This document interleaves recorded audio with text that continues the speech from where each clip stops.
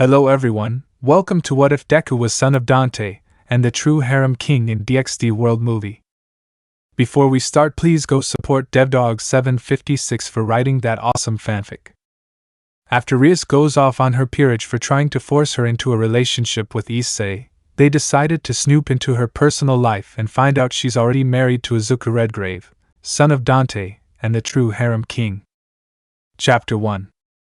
As the sun was shining down on the world, a devilishly handsome white-haired boy was in the middle of a sword fight with a blonde-haired girl. Izuku. Come on, Mordred, that all you got? Mordred. Cut me some slack, I'm still a bit tried. Izuku blocked Mordred's blade as he pushed her back as he back-flipped to make some distance between the two. Izuku. Yeesh, Yui would be more challenging at this rate. That comment definitely pissed Mordred off as she ran towards Izuku, which made him smirk as he readied his blade. Izuku. Hook, line and sinker. Izuku rushed towards Mordred as their swords clashed as they started moving around in a circle as Mordred tried to push Izuku back, but he firmly planted his feet on the ground. Izuku then broke the clash as he pushed Mordred back before disarming her as her blade went flying out of her hand as Izuku threw his into the air before it landed on his back. Mordred. No fair, you know I don't think straight when I'm pissed off. Izuku. I know. Mordred pouts. You're an ass sometimes, you know? Izuku. Oh come on, how can I make it up to you? Mordred. Kiss me. Izuku smiled as he shook his head as he kissed Mordred on the lips. Izuku. Feel better?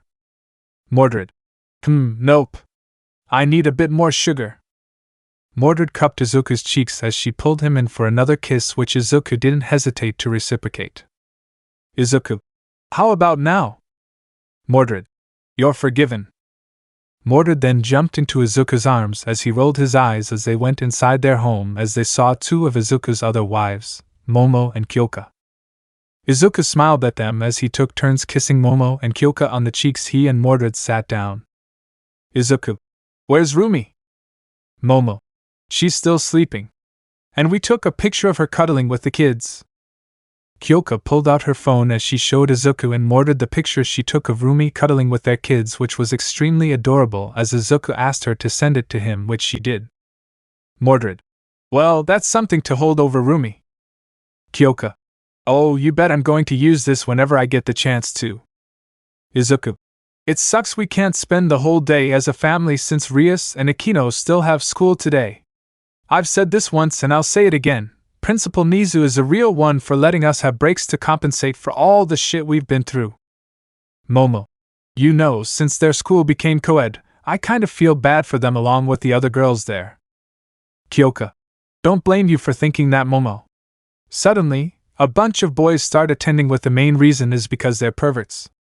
Why Rias thought it was a good idea to make the biggest pervert in her school part of her peerage, I will never know. Momo. Maybe she saw past his pervertedness. Mordred. Momo, Rias isn't incapable of making a poor choice. And I'm surprised you're not trashing the guy due to the grape hitch. Momo. We can't judge someone we haven't met. Izuku. Well, it's not like we have it better. Bakugo, the perverted musketeers, Monoma, Aways, and that four-eyed asshole. God, I've never been more tempted to cripple someone. Mordred. Doesn't it not occur to him that this isn't the bucking military, and that we sometimes have to break the rules when there's no other choice? That and he forgot he broke the law to kill Stain. Izuku. In hindsight, me and Shoto should have let Stain turn Ida into a shish kebab. Mordred.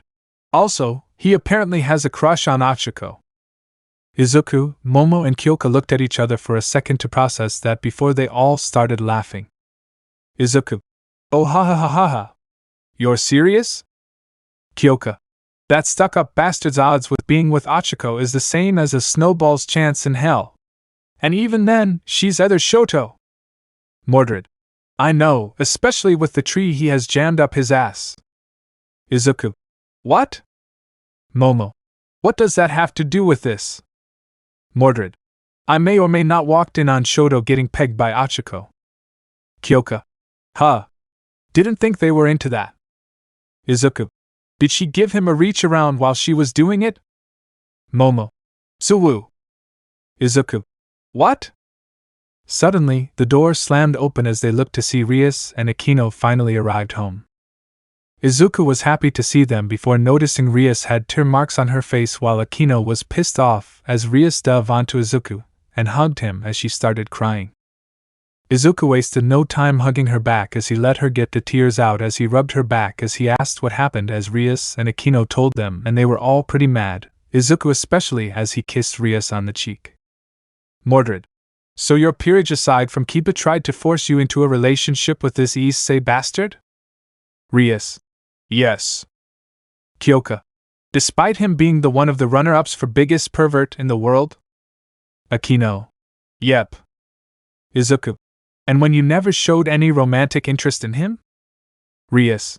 Of course I didn't, Izuku. You know I only have eyes for you. And Akino, Momo, Kyoka, Mordred and Rumi, but that's beside the point. Kyoka. How's the not judging someone we haven't met thing holding up, Momo? Momo. Yeah, I was being a bit too hopeful and optimistic. Mordred. Why'd you even save that guy to begin with? Izuku. I may have not met the guy, but I did some digging with my dad and uncle, and from what we found, this Issei is just as bad as the grape, if not worse. He's in a group called the Perverted Trio, for crying out loud. So what in the names of my father and grandfather made you decide saving him was a good idea? Rias. Well, I couldn't let Issei die when I could be able to save him. And thought I could. Izuku. You thought you could fix him, didn't you? Rias. Yeah, I did. Izuku sigh. Rias, I appreciate your optimism, but you can't get everyone to change.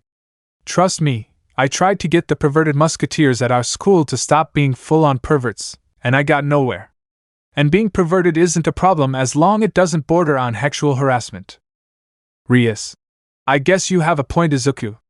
Gah, I had no idea Issei would get this bad. Momo.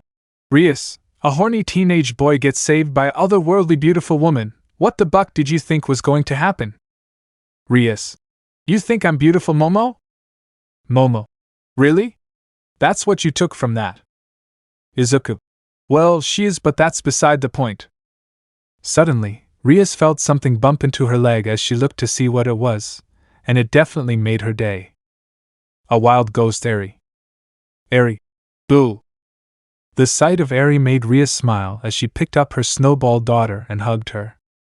Eri. What's wrong, Mommy Rias? Rias. Nothing, sweetie, I just had a crappy day at school. Eri. Please don't be sad, Mommy Rias. It makes me and Papa sad too. Rias. Since you asked, Eri? Eri. Yay. Rias couldn't contain seeing Eri's smile as she hugged the snow again when she heard multiple sounds of little feet running towards them. Rias. My babies. Alas. Mommy Rias. Melty. We missed you. Poka. Up. While Rias hugged her babies, they saw that Rumi finally got out of bed and well, her hair definitely looked like it as they all started laughing. Mordred. Looks like you got a bad case of bedhead, Rumi. Rumi. Oh, shut up, you know I look like crap in the morning. Momo. Rumi, it's 3:25 in the afternoon. Rumi hung her head down while the others were laughing when they heard a knock as Izuku opened the door to see one of his best buddies, Kirito, along with his wife Asuna and daughter Yui. Yui hugged Izuku before running to Eri, Alas, Melty and Poka as the little beans started playing as Izuku and Kirito did a little handshake before patting each on the back. Izuku. What brings you guys by? Kirito. What? I can't visit my best friend's family? Momo. You just wanted to get away from your sister, don't you? Kirito. That too. Asuna. Something bad happened with Rias? Akino. Blowout with the peerage, long story. Kirito. The pervert? Akino. Yep. Asuna. How he hasn't been expelled is beyond me. Izuku. School boards making dumb decisions, what else is new? Kirito and Asuna walked inside as Izuku thought he saw and heard something near the trees as he closed the door.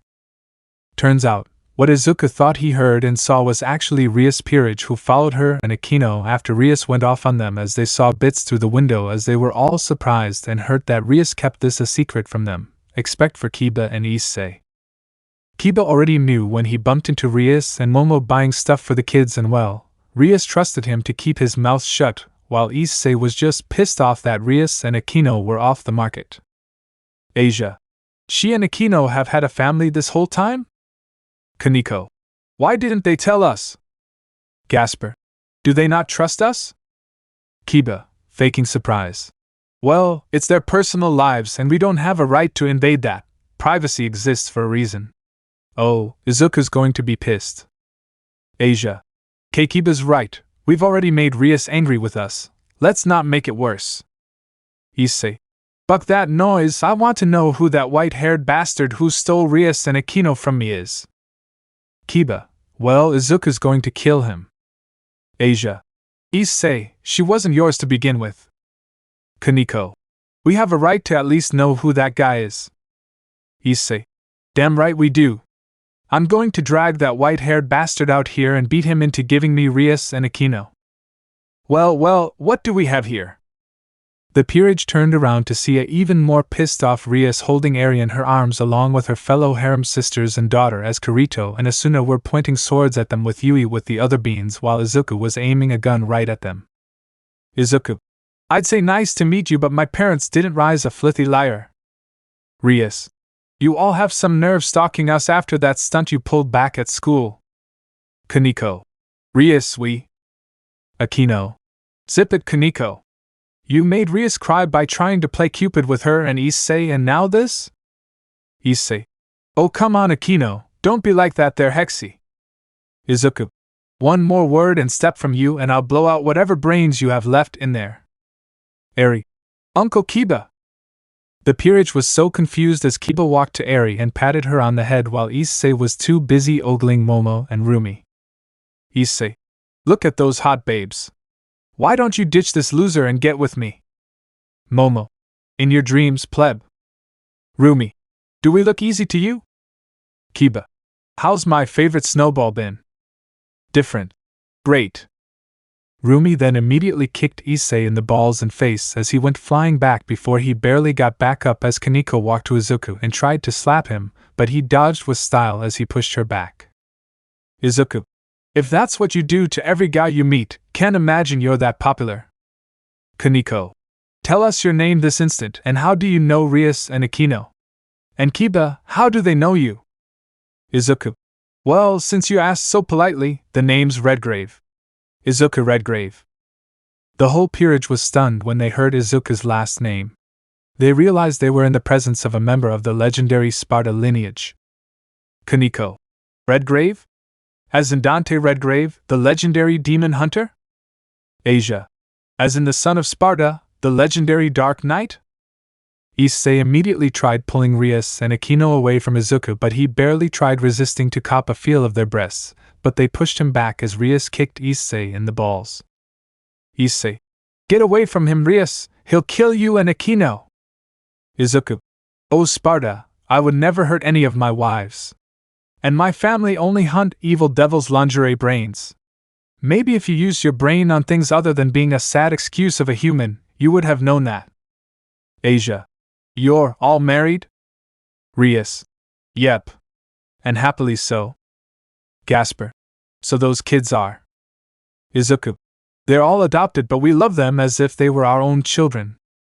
Kiba. And as for how I knew, I bumped into Rias and Momo buying stuff for their kids, which confused me, to which they told me the truth after I promised to keep quiet about it. Issei. Well, why the hell didn't you tell us about this? Izuku. Because of my dad and grandfather's enemies would do anything to harm my family, going as low as attacking anyone even remotely linked to my family, so we had your best interests in mind. Issei didn't listen to Izuku's reason as he kept eyeing up Momo, Rumi and Asuna's breasts, while staring at Kyoka and Mordred's legs as they covered them. Mordred. Eyes up here, pervert. Issei. Well, I'm sure as hell ain't looking at your boobs, that's for sure. You're both flater than Kaneko. Izuku. See, can you hear yourself right now? Never mind, scratch that, of course you can't. Momo. He's definitely worse than Mineta, Kaminari, and Zero combined. Rias.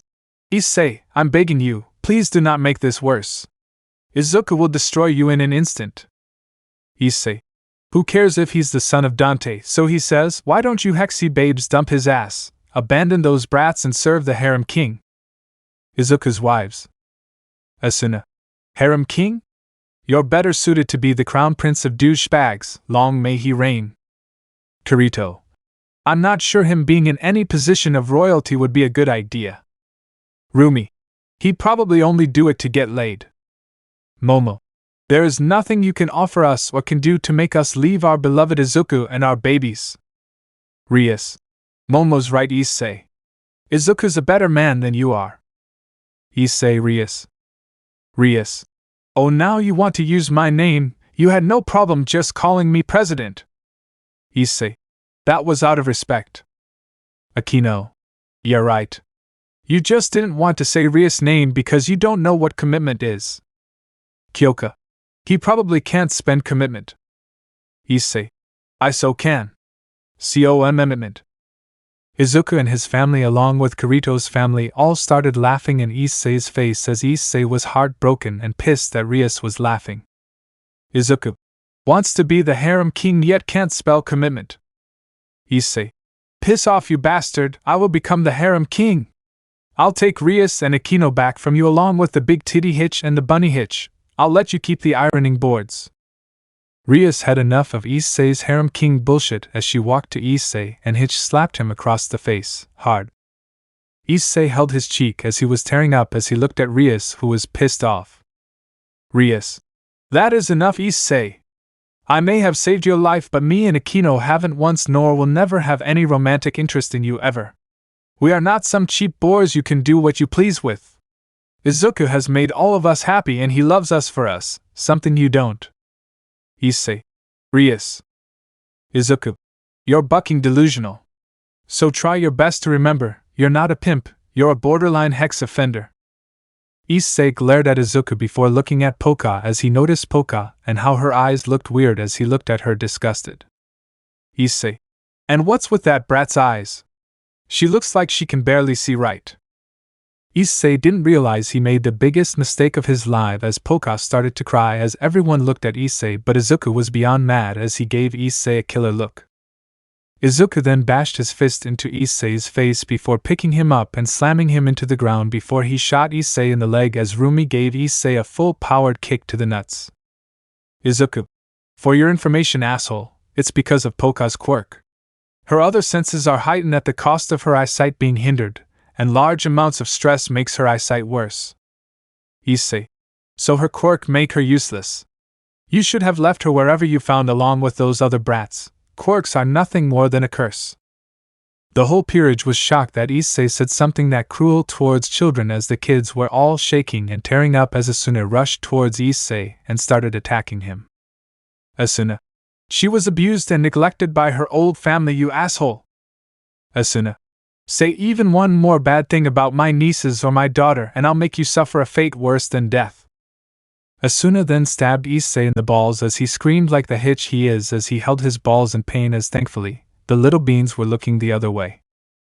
Asia then healed Issei but only enough so he could move as they all looked at Rias who was disappointed in them all. Rias. I'll admit, we probably should have told you all about our family but we felt like keeping it secret was for the best. Now, we'll have a long discussion about this after the weekend, especially with your actions, Issei. The peerage all left except for Kiba and Asia as she bowed before the two. Asia. This probably won't mean much but I'm sorry, Rias and Akino. The only reason I even went along with this was to get Issei to think of me as a woman and not a sister. They all felt bad since they could tell Asia felt bad and that it was sad that she was trying to impress Issei as Eri, and the beans looked at Izuku and Rias as they nodded. Izuku. Wait, you can stay with us for a while if you want. Asia. Are you sure? Izuku. Well, you're already here. We kind of got off on the wrong foot and you're sorry so it's the least I could do. And the kids seem to think so too. Asia looked at the little beans as they all smiled as Izuku opened the door as they went inside for dinner when someone was watching them from a long distance. So, the son of Dante and the heiress of the Gremory clan are living together. This is definitely interesting. Makima. I wonder what kind of pets they would be. Chapter 2. Everyone sat down as Izuku finished cooking dinner. As they all started eating, and right off the bat, Asian noticed that Eri and Alas were really messy and fast eaters. As Izuku shook his head as he cleaned their faces. Izuku. Eri, what did we tell you and Alas about being messy with your food and eating too fast? Eri then let out a cute burp as she has laughed and looked Izuku in the eyes. Eri. Excuse me. Eri smiled as Momo ruffled her hair as she and Alas sat and waited for their siblings and Yui to finish eating so they could play, while Asia kept looking at Izuku, Rumi and Eri as Izuku noticed her face and had a feeling what she was thinking. Izuku. If you're wondering, Eri isn't mine and Rumi's daughter, she's adopted, all our kids are. Asia. Oh. I figured she was because of Rumi. Our hair in my eyes, it happens a lot. Even though it wouldn't make sense age-wise. Asia. And how old are they if you don't mind me asking? Mordred. Eri and Melty are 7, Polka's 5 and Alas is 4. Melty, Polka and Yui finished eating as they ran over to Eri and Alas before they started playing together as Asia looked to Kirito and Asuna. Asia. So I'm guessing the same applies with your daughter? Kirito. Yep. Asia turns to Izuku and Rias. So, how did you adopt them anyway? Suddenly, Izuku gripped the table as he had a look of rage and hatred in his eyes as a red aura surrounded him as Mordred and Rumi tried to calm him down. Izuku. I'd rather not talk about it. Asia. Did I say something wrong? Akino. You didn't, Asia. It's just the circumstances that led to us adopting Eri and Polka were, for a lack of a better word, revolting. Izuku. That's a damn understatement. Momo. I've never seen Izuku that angry before. He normally acts similar to his father. Kirito. He was more scary than Asuna, and that's saying a lot. Asuna. Hey. Kirito. Honey, I'm sorry, but you scare the living daylights out of me sometimes. Kyoka. I hate to imagine what Dante would act like if he were pissed off beyond belief. Izuku then felt something tug on his pants as he looked and saw something that completely made him forget his rage. Alas. Look at me, Papa! Izuku. Izuku. Too cute. Must not faint. Yui. Mama, Papa, Uncle Izuku, we dressed Alas like a sheep. Rias. Look at the little sheep. Momo. Ah, you look so cute, sweetie. Alas. Bah. Asuna. You think we can find a sheep costume for Yui? Kirito. Probably. Rias kissed Alas on the cheek before lifting her onto her shoulder, as she and Izuku smiled while Asia saw how happy Rias was and tried to remember if she was ever like that around Issei. And safe to say, she couldn't as Izuku and Rias started playing with their kids as Akino jumped and followed by Kirito as Asia looked at Rias and Akino's smiles. Asia, Rias and Akino looked so happy with him. God, I feel stupid for trying to get her with Issei. After a while, Eri eventually got tried as Kyoka picked Eri up and placed her on the couch as she tucked her in. Izuku ruffled her hair and kissed her on the forehead as Asia walked beside Izuku and looked at the sleeping Eri. Asia. You're a devoted father, aren't you? Izuku. Yeah, I love all my little beans. And they've always be innocent daddy's girls. Asia giggles. Look again, I'm sorry that this is how we met. I imagine Rias would have preferred a better way we all met. Izuku just smiled at Asia, which made her blush a little bit. Izuku. Don't worry about it. You seem like a nice girl. Asia couldn't help but think that Izuku was nice and that he was really cute and handsome before she mentally slapped herself for thinking that. Asia, what am I thinking? That's Rias and Akino's husband. I can't be thinking about him like that, especially after only knowing him for over half an hour. But he is pretty cute. Rias. Aizu? Izuku. Yeah, Rias? Rias. Can you bathe with me? Izuku. If you want, sure. Rias. Yay! Rias dragged Izuku to the bathroom as Akino did a double to realize where the two were going before silently cursing Rias. Akino, Damn it, Rias, I wanted to snuggle with Izuku. Izuku got the water running in the tub as he waited for the water to heat up a bit, and for the tub to be full enough before turning off the faucet as he took off his clothes and jumped into the tub as Rias took off her clothes and jumped into the tub as she laid on Izuku as she sighed on relief. Rias. I needed this. Izuku. After that little shitshow earlier, don't blame you. You definitely seemed like you were bottling something up. Rias. A little. I'm glad to get that off my chest. Izuku. You held no bars, that's for sure. Rias. You wouldn't happen to have any injuries for me to heal, do you, Izuku? Izuku. Rias, you know I can tank damn near anything. Izuku kissed Rias on the cheek, which made her giggle as she relaxed against her husband as they relaxed together for a bit as Izuku looked at Rias' chest and blushed a bit. Izuku. Rias? Rias. Yeah, Izuku? Izuku made a squeezing motion with his hand which confused Rias for a second before realizing what that meant as she smirked, grabbed Izuku's hands and placed them on her breasts as he squeezed them. Izuku, did they get bigger? Izuku kept squeezing Rias' breasts as she moaned at his touch before Izuku pinched her nipples. Rias. You know I'm sensitive there, Izuku. Izuku. Doesn't seem like you're against it. Rias. Never said I was. Rias turned around and kissed Izuku as they started making out as they looked into each other's eyes. Rias. It's been a while since we've did it, you want to? Izuku. You want it to be just us? Rias. I was thinking us and Akino. Izuku. I'm down with that. After the kids all fall asleep and our guests leave. Rias. Of course, we aren't animals. Izuku and Rias finished their bath as they dried and changed their clothes and went downstairs as they saw Asia was getting along with the other girls as they heard a knock at the door, as Momo opened it as Izuku's father Dante was at the door. Dante. I'm not crashing a party, am I? Little Beans. Grandpa. Dante walked in as the Beans all ran towards their grandfather and hugged him as Asia realized she was in the presence of the Dante and bowed. Izuku. Hey Dad, what are you doing here? Dante. Just dropped by to see you, buddy. And what's with the blonde girl bowing? Rias. Oh, that's just Asia. Asia, you can get up, you know. Asia gets up. Sorry. It's just, I can't believe I'm standing before the legendary demon hunter. Dante. I don't sweat it, I'm flattered. Anyway, Izuku brought a special some with me. Izuku. Wait, you don't mean? Guess who, Ikki? Izuku. Stella! You're back!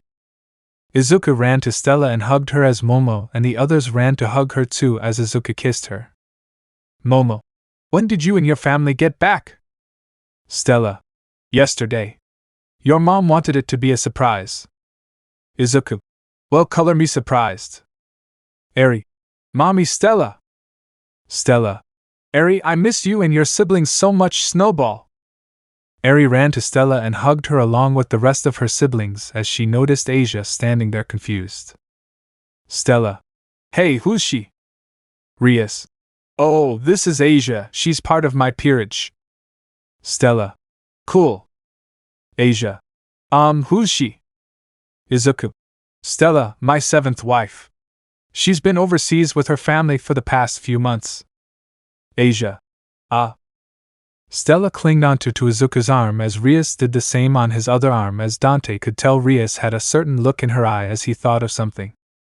Dante. Mind if I take the kids off your hands for the night, Izuku? Izuku. You sure, Dad? Dante. Positive, your mother and sister will be happy to have them over. Eri. Please, Papa, can we spend the night with Grandpa? Eri, alas, Melty and Polka all gave Izuku the puppy eyes as he chuckled and shook his head.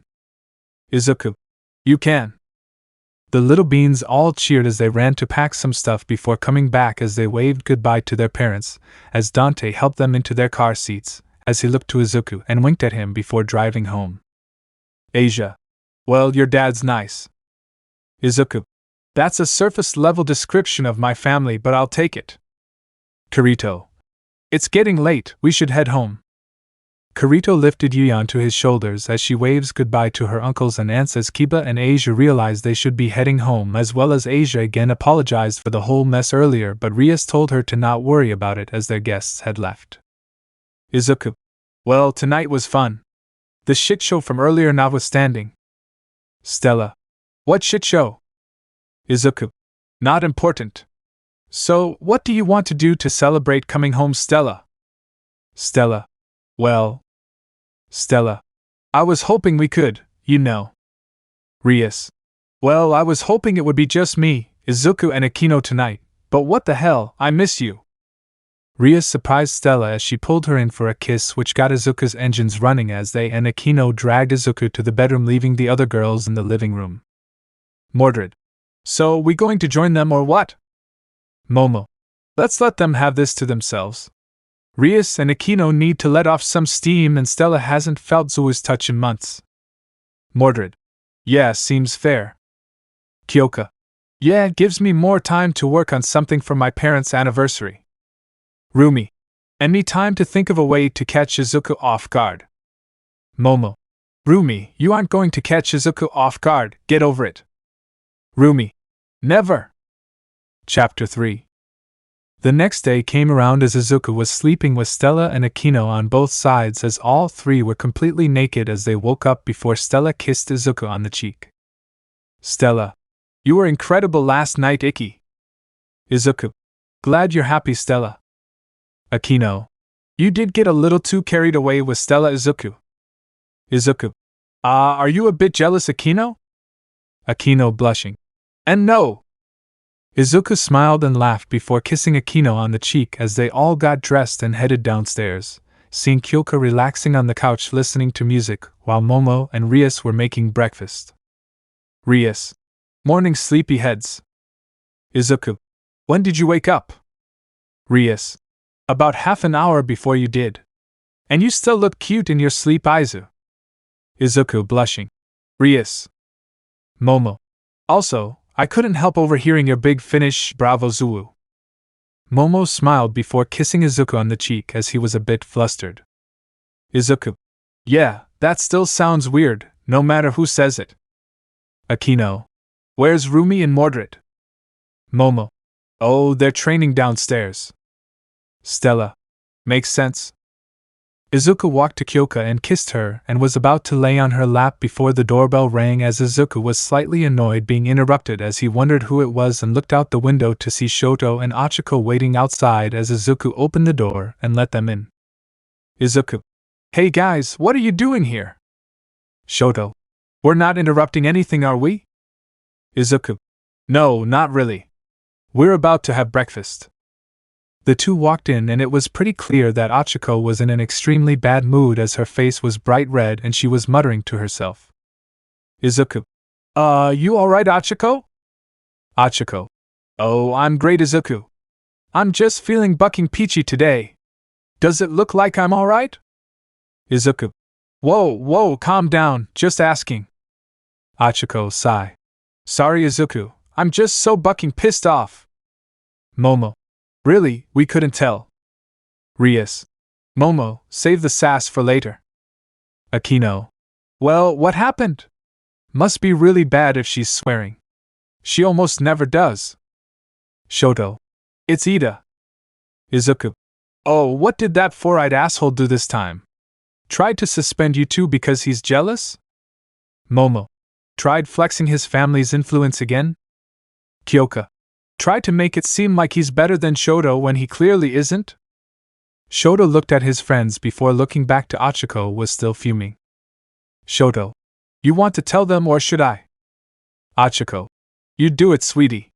Just thinking about that jerk is about to make me snap. Shoto sigh. He wants to put Oka into a Quirk marriage with him. Izuku. What? Rias. You're joking, right? Shoto. Wish I was. So, me and Oka were at her place, snuggling on the couch when we heard knocking and ignored it, hoping it'd stop until we heard Ida was at the door before Achiko answered, since we both knew he wouldn't stop. Then he basically forced himself inside and demanded that she'd be in a Quirk marriage with him. And then the dam just broke. Momo. I thought he had at least some shred of dignity, but I was wrong. Achiko. Then I punched him in the face before kicking him in the shins and balls, locked up, then we came straight here. Izuku. Did your parents say anything? Achiko. No, they weren't there. Izuku. Oh. Momo. Well, they obviously would have said no, they love Shoto. Besides, a quirk marriage can only go through if the parents of both parties sign off on it. Izuku. And if you're looking at it from a financial perspective, marrying into Ida's family would be a downgrade. Shoto's family's definitely richer than Ida's. Achiko. I'm worried that I may not have a choice to marry him. Rias. I think you're worrying too much, Achiko. That's not going to happen. Achiko. Maybe, but I'm worried that Ida might do something to make my parents agree to it. Izuku. He does, I swear I'll kill that son of a hitch. Be one less scum off the face of the earth. Shoto. Same, I've been losing my patience with him. Momo. Boys, as much as I think we all would like that, death is way too good for that discount Robocop bastard. Izuku. Now that I'm thinking about it, yeah, he doesn't deserve the easy way out. Shoto. Anyway, where's our little nieces? Izuku. With my parents. Shoto. Oh. Not going to lie, I was hoping they would be able to tame Oka's rage. Achiko then noticed that Stella was back as she ran to hug her friend as they started to catch up as Momo looked at Shoto. Momo. Well, can't win them all. Oh, breakfast is ready. Everyone sat at the table as Izuku brought the food to the table as Mordred came up from training and Izuku was about to sit down before smirking and activated his Quicksilver ability, as he turned around to see Rumi trying to sneak up on him as he moved behind her before deactivating Quicksilver as Rumi fell flat on her face. Izuku. Nice try, Rumi. Rumi. Damn it, that's not fair. Using Quicksilver's cheating. Izuku. No, it isn't, I just can read your every move, Rumi. Mordred. He's got a point, you know, Rumi. You've tried this so many times, Izuku just knows when you're about to try something. Rumi got up while brushing herself off as Izuku decided to kiss her cheek, which made her more embarrassed as she elbowed Izuku, which made everyone laugh as they started eating as Stella started getting caught up. Stella. So Bakugo's still as arrogant as ever? Kyoka. Unfortunately he is. Stella. You'd think he'd learn after all the countless times Ikki beat his ass. Izuku. Nope, he still hasn't gotten it through his thick skull. Rumi. But it's still funny every time you put his ass in the ground. Like during the Hero v Villain training. Stella. What did Ikki do during that? Izuku. Oh, Bakugo's costume has these grenade-style gauntlets that store some of his sweat that he could use for a large blast. While we were training, he aimed at me and he did not bother hiding the fact he was intending to inflict major pain on me and didn't listen when Almight tried to stop him, but right before he pulled the pin, I fired a bullet, and it went right through the hole where the explosion comes, and I think you guess what happened. Stella. Blew up. Izuku. Yep, brought him straight on his ass and made it easy to capture him. And while the gauntlet that was destroyed was being fixed, he refused to have it changed for whatever reason despite it literally blew up in his face. Stella. I swear, all that praise he got when we were kids made him think he's invincible. Momo. You'd think he'd at least aware of the fact he's heavily disadvantaged when it's snowing. Or that the fact he always goes for a right hook and it's obvious every single time. Izuku. Well, I get to make him look like an idiot, everyone wins. Mordred. Yeah. And I swear one of these days, his arrogance and attitude is going to himself killed. Or at the least, horribly maimed. Stella. I guess I should mention I'm transferred to your class at UA. Izuku.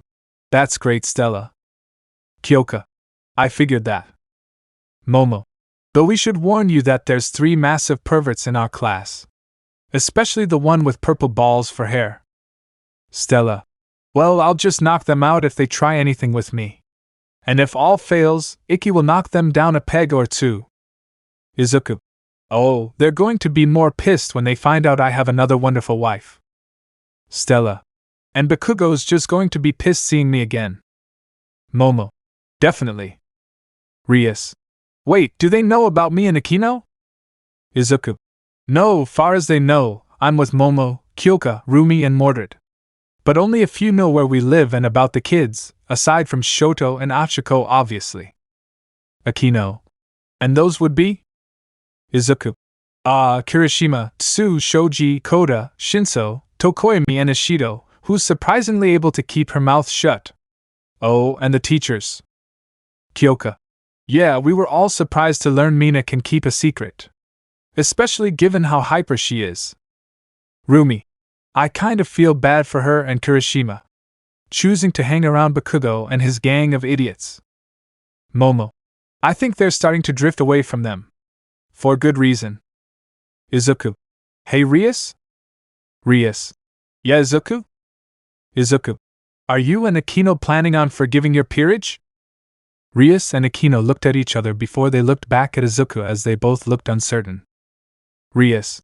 Well, I am pissed at them for nosing into our private lives, but it was on us for keeping the truth from them. Akino. Yeah, that wouldn't have happened otherwise.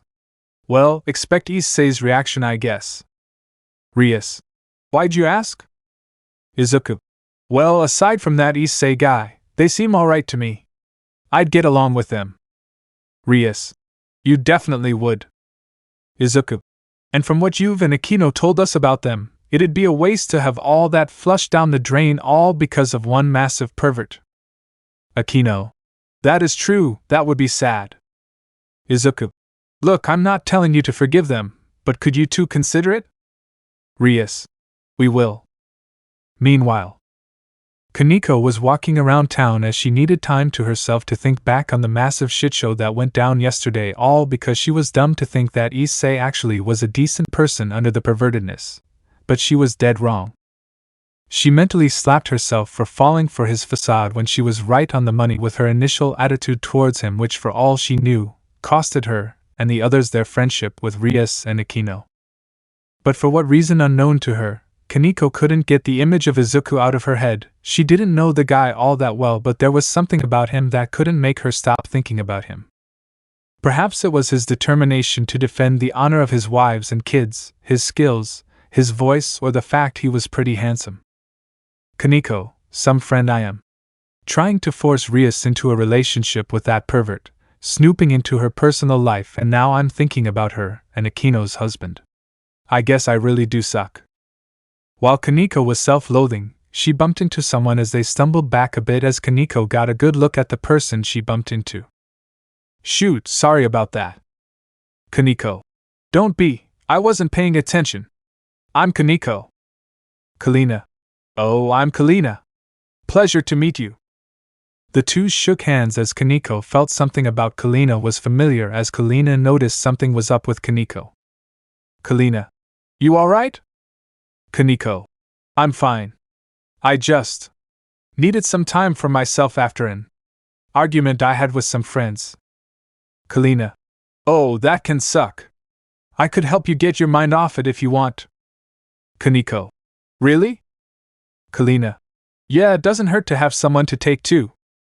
Kaneko thought about it for a second before figuring why not, and took Kalina up on her offer as Kalina took her to get some food, which Kalina found out that Kaneko had a sweet tooth which made her laugh and reminded her of a certain little snowball.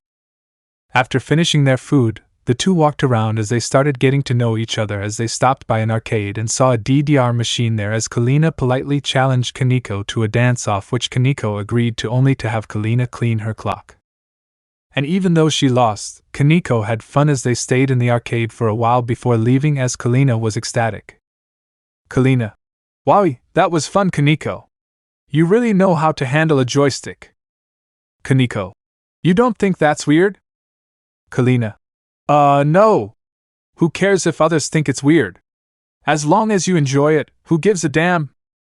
Before Kaneko could say something, they both overheard a commotion as they went to check it out when they saw the commotion was caused by none other than Katsuki Bakugo harassing a group as Kaneko felt disgusted as Kalina stepped in. Kalina. Hey, jackass! Just hearing Kalina's voice made Bakugo extremely pissed off as he turned to face Kalina as Kaneko saw the face he made while looking at the taller white-haired girl. Bakugo. You! What the hell are you doing here, you hitch? Kalina. Oh, I was just passing by with my new friend over there, and then we overheard your little commotion and lo and behold, you're still being a bastard. Bakugo. Why the buck do you even care about these weak bastards? They're nothing. Kalina. Not everyone has to be powerful to mean something. Now walk away before I bust open a good old can of whoop ass. Bakugo. Don't look down on me, you hitch. I'll put you in the ground where you belong. Kalina. Shame, all your ass beatings from my brother, and you're still as egotistical and arrogant like Saiyan Saga Vegeta. But at least Vegeta could back it up. Bakugo rushed towards Kalina and went for a right hook as Kaneko got scared and was about to step in to help, but Kalina dodged Bakugo's right hook before punching him in the gut. Hard. Bakugo clenched his gut before dropping to his knees as Kaneko was surprised that Kalina was about to do that so effortlessly as Bakugo looked into Kalina's eyes with pure malice which didn't faze her as she just smirked. Kalina. Stings, doesn't it? Bakugo stumbled back onto his feet and let off explosions in his hands and was about to rush Kalina again before noticing a crowd from as they were all looking at him, and he overheard what they were saying about him. Isn't that the guy who got second place in the Udata Sports Festival? Izuku won the sports festival in this. Yeah, wasn't he chained up? I thought that was done as a joke, but I guess there was an actual reason. He was terrorizing those guys on the ground. If he's part of the next generation of heroes, I'm scared. How the hell did he get into Udate with that dumpster fire attitude? Someone must have falsified his records, otherwise there'd be no way he'd be accepted into UA. It felt really satisfying watching him get pummeled by that white-haired guy with that cool demon quirk. Especially after what he did to that brunette girl. Hearing all that made Bakugo even more pissed off as he wanted to do nothing more than humiliated Kalina and all those extras talking shit about him, but he knew he couldn't do it as Kalina decided to taunt him. Kalina. What's wrong, Kakin? Pissy, you can't protect your fragile ego because you can't take people shit talking you? Now, why don't you be a good dog and beat it before I neuter you? Bakugo ultimately walked off as Kalina helped up the guys Bakugo was hurting as they thanked Kalina for what she did up and down as she simply told them it was nothing as she and Kaneko walked off. Kaneko. Kalina, who was that? Kalina. That explosive Pomeranian is named Katsuki Bakugo. Kaneko. And I take it you two have history? Kalina. Yeah, but it's mostly between him and my twin brother. Long story short, he's an unbearable egotistical asshole me and my brother knew since we were kids, who was constantly praised by everyone around him for his quirk growing up and thinks people with weak quirks or none at all are nothing and that he's superior to everyone. Kaneko. Sounds like a bastard. How the hell was he accepted into U.A in that case? Kalina. Honestly, no clue. I had to guess. I'd say his records were altered to make it seem like he was a good student, which he wasn't outside his grades. That, and I'm guessing his parents were never informed of all the shit he's done over the years. Kaneko was completely flabbergasted with what she heard as Kalina agreed it was complete bullshit, but there's not much that could be done at this point as they kept on about their day. During the time she started getting to know Kalina, Kaneko keeps swearing up and down something about her was familiar before remembering how Izuku looked and saw that Kalina had white hair and blue eyes, leading her to wonder if Izuku's her brother. Since it would be too much of a coincidence she'd happen to meet two people who both have white hair and blue eyes. She had to quickly go to the bathroom as she went and back to meet up with Kalina after a while as she saw Kalina had a bag with so she wondered what she had bought. Kaneko. What's in the bag? Kalina. Oh, this is stuff to make candy apples. My niece loves candy apples. Kaneko. Is that so? Kalina. Yeah, little Snowball has a bit of a sweet tooth. She probably got it from my brother, she really loves him. Kaneko. Your brother sounds like a caring father. Kalina. He really is. He actually has multiple adopted daughters and loves them all. Kaneko's eyes widened as she remembered that Izuku had multiple daughters as she realized her hunch that Izuku and Kalina were siblings was looking more and more correct as she put back on her natural face as Kalina reached into her bag and to Kaneko's surprise, pulled out a cake. Kalina. Here, I got this for you. Out of instinct, Kaneko yanked the cake from Kalina and finished it in a short amount of time as she burped, altering finishing, which made Kalina giggle before checking her phone. Kalina. Well, this has been fun, but I should get going. Something came up. Kalina got up as she pulled a piece of paper from her pocket and wrote down her number and handed it to Kaneko. Kalina. See you around. Kalina smiled as she started to head home as Kaneko pulled the piece of paper in her pocket before remembering to ask Kalina something. Kaneko. Hey, your brother's name wouldn't happen to be Izuku, would? Kaneko turned to see that Kalina was nowhere in sight as she turned around multiple times in an attempt to spot her, but to no avail as she just shrugged before leaving herself. Meanwhile, Kalina teleported onto a nearby rooftop as someone was waiting for her. Kalina. You really couldn't have gotten me like a normal person? Nero. Didn't feel like being a buzzkill since you were having fun. So, what's the deal with Shortcake down there? Kalina. For your information, she's a new friend. Nero. I could tell. Nero and Kalina both transformed into their devil triggers before flying towards Kalina's home. And while flying, Kalina kept thinking about Kaneko as she had an inkling that there was something more to her that she's yet to learn. Kalina, this should prove to be interesting. Chapter 4. Nero and Kalina landed in front of her home and went inside as they saw Kalina's mother lady resting on the couch before getting up. Kalina. Hey mom. Lady. Hey sweetie Nero. Nero. Auntie. Kalina put her bag on the table as she stretched a bit as the little beans ran towards their aunt as Kalina opened her arms for a hug as she hugged her adorable nieces. Eri. Aunt Kalina. Alas. Huggies. Poka. Auntie Kalina, uppies. Kalina smiled as she lifted Poka, and Melty as both smiled as Lady grabbed her chest as a joke and laughed as Eri hopped onto the table and tried to see what Kalina bought as she playfully pulled the bag out of Eri's reach. Kalina. Nice try, Eri. You aren't going to spoil your stomach before lunch. Eri. You're no fun, Auntie. Kalina. Don't worry, Eri. We'll immediately make candy apples after lunch. Eri gasped. Okay, Auntie. Eri sat at the table as Lady smiled as she finished making lunch as a last thought of something she wanted to know. Alas? Grandma? Lady. What is it, my light moonlight? Alas? How did Papa and Mommy Rias meet? Lady. Well, Izuku and Rias knew each other since they were kids, along with Momo, Kyulka, and Mordred. Alas? Wait, what about Mommy Rumi and Mommy Akino? Lady. Oh, Izuku met them later on. Izuku met Rumi when they started middle school and met Akino after Rias, and your grandpa saved her life. Alas? Papa must have swept Mommy Akino off her feet like a knight in shining armor. Lady. Oh, trust me, he did. And I remember seeing how jealous Rias was seeing Akino clinging onto him.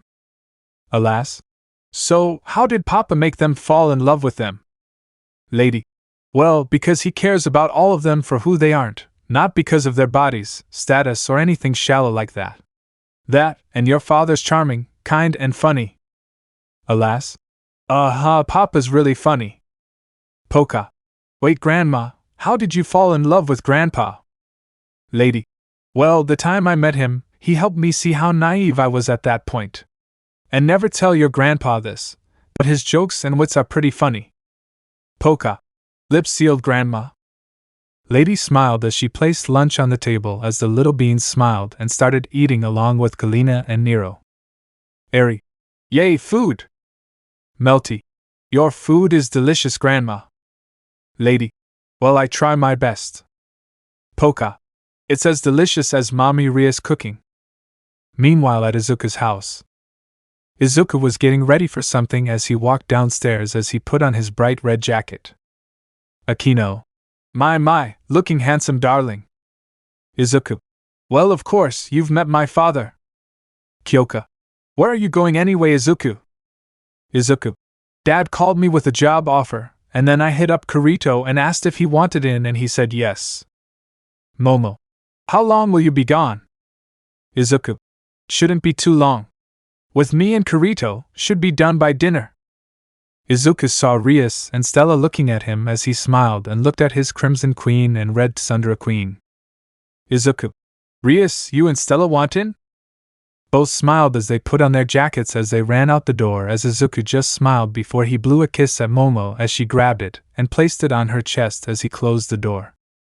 Izuku, Rias, and Stella dropped by Kirito's place and as he put on his jacket and grabbed his sword and waves goodbye to Asuna and Yui as the four made their way to the place Dante told him where to go.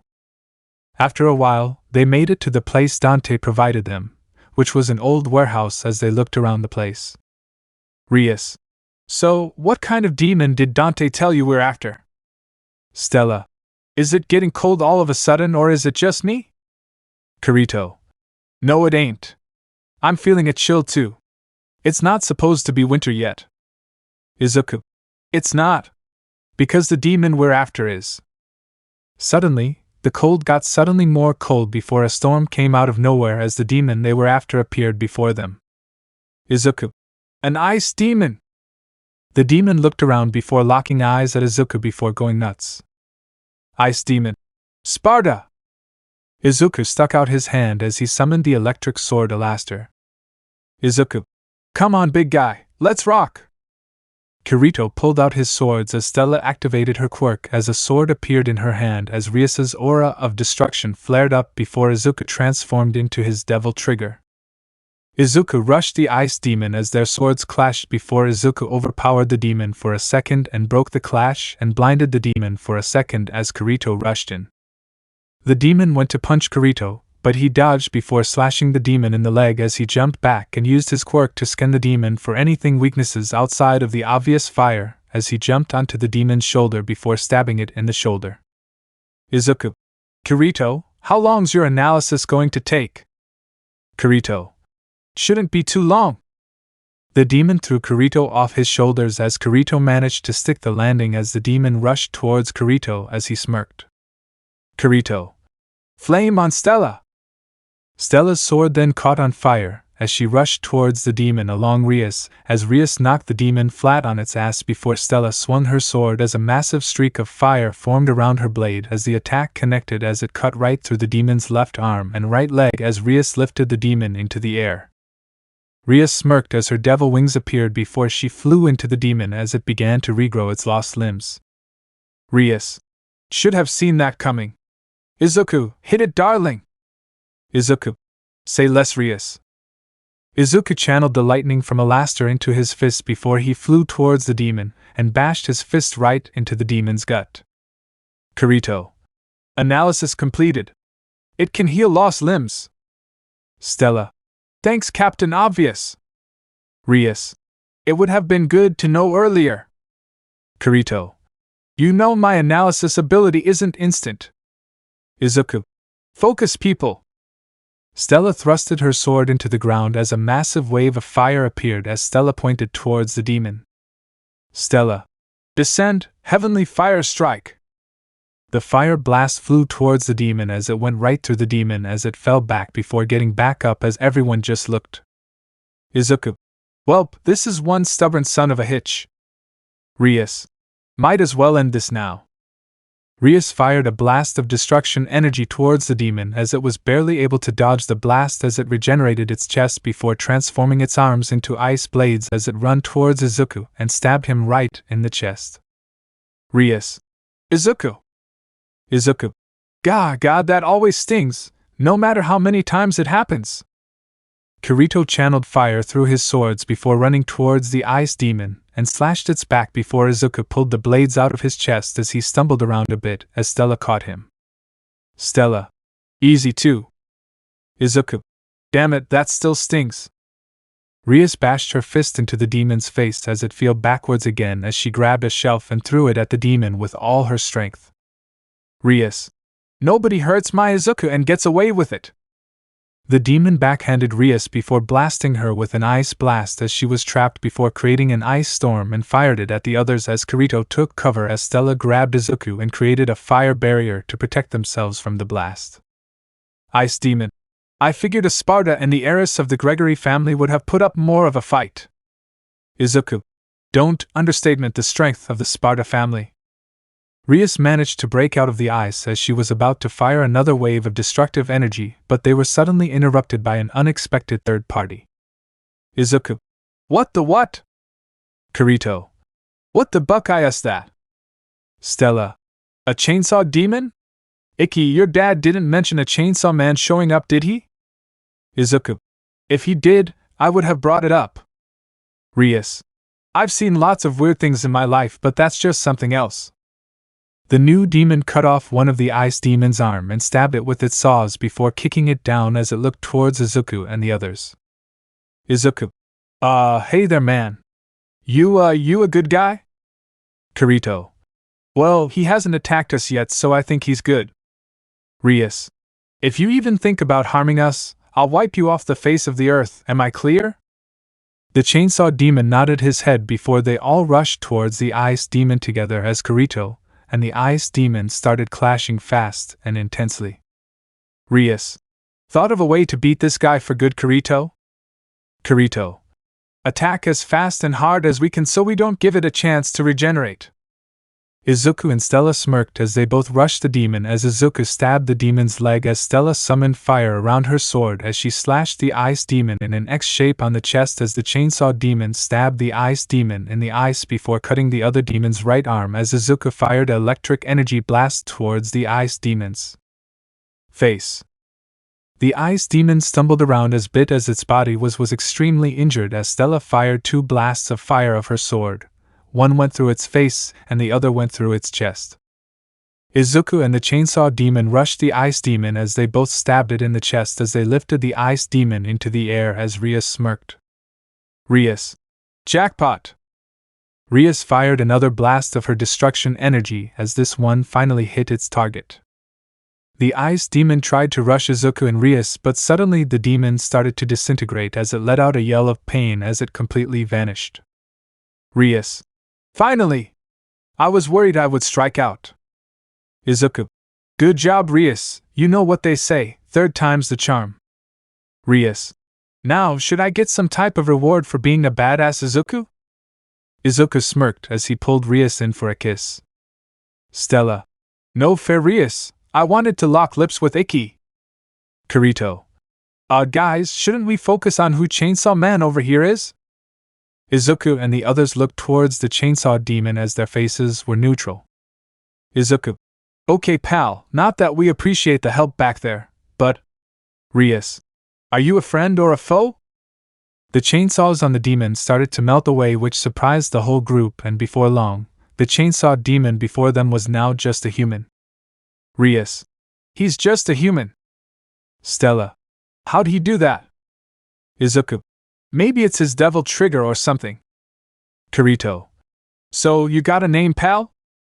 The Worthy. The man now known as Denji dropped to his knees as Izuku caught him before he passed out as all 4 were confused. Rias. Weird, I sense he's human and demon, but it's not normal. He's a hybrid, but not a natural hybrid. Izuku. Strange. We should get home. Once we nurse him back to full health, maybe he can tell us about him. They all nodded as they all left towards Izuku's home as Izuku carried Denji on his back as he wondered about him. Izuku, whoever this Denji guy is, looks like he hasn't had it easy. Maybe I can help him, if he'll let me. Meanwhile, Issei was walking home as he was still incredibly pissed off learning Rias and Akino have been off the market the entire time and getting humiliated by Izuku, and finding out Izuku has a harem. Issei. That stupid white-haired bastard, it's not fair! Why does he have a harem and not me? What the hell does Rias and Akino even see in that guy? What makes him so great? Issei kicked a nearby empty can as it bounced back and hit him in the face, which made him more pissed off. Issei. So what if he's handsome, charming and stylish? That doesn't mean jack shit. Rias saved my life. What did he do to get her attention like that? And those stupid kids! Issei then stubbed all his toes as he jumped up and down like an idiot before continuing on his way. Issei. What's so special about those brats anyway, especially the one with horn and the Orher with the weird eyes? So what, she's been abused? I've been abused by people with quirks my whole life. Why do they care about her? Just because she looks cute? Issei then walked right into a pole as he fell flat on his ass before getting back up. Issei. Stupid damn quirks, they're nothing more than a stupid stain. But thankfully, with my sacred gear, I'll become stronger than all the quirks in the world, put the son of Dante down in the ground, steal Rias and Aquino and become the Harem King. Issei kept walking, going on about his stupid fantasies that would never come true as two men were watching the king of perverts. Virgil sigh. That seriously can't be him. Sparta. Unfortunately, it is Virgil. That boy is the current Red Dragon Emperor. Virgil. That has to be some kind of mistake, father. Sparta. It is not Virgil. Virgil. So you mean to tell me that Rias spent all of her pawn pieces on that perverted scum? Sparta. Indeed. Virgil. Oh, well, that's just perfect. Sparta. Let's hope that Rias will be able to keep that boy on an extremely tight leash. Because if not, if that boy starts realizing his potential and awakens his powers, I worry that will bit us all in the ass. Virgil. Otherwise, we may have another Katsuki Bakugo to deal with. Sparta. One of that mud is enough. Meanwhile, Izuku and the others arrived at his home as they placed Denji on the couch as Momo, Kyoka, Rumi, Mordred and Aquino all wondered what the deal was as Izuku filled him all in. Rumi. So, Blondie is some kind of demon hybrid? Stella. Apparently, all he gave us was his name before blacking out. Hopefully, he should be all good in the morning. Kyoka. Gotta hand it to him, he dresses nicely. Momo ran off to get a pillow and blanket for Denji as dinner just finished getting ready as they all started eating dinner. After dinner, Rumi volunteered to keep an eye on Denjo in case he wakes up early as Kirito headed home as Izuku told him that Dante would handle working out how much they'd get paid from the job as Izuku headed to his room as Rias saw him looking out their window. Rias. You alright, Izuku? Izuku. Not really. I'm slightly worried about Issei. Rias. What about him? Izuku. I'm worried that he could be a problem if and or when he actually starts using his head and not the one in his pants, and starts to unlock his power. The power of the Red Dragon Emperor is no joke. Rias. Izuku, I'm confident you'll be able to defeat Issei, no matter how strong he becomes. Your family is one of the strongest demon families in history. Izuku.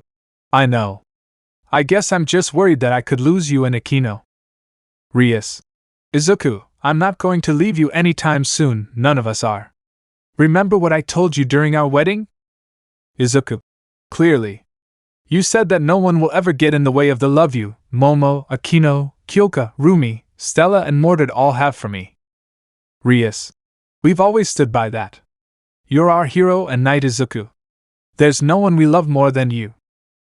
Izuku smiled as he and Rias hugged as Rias hid her face in Izuku's neck as he laughed at how cute she looked.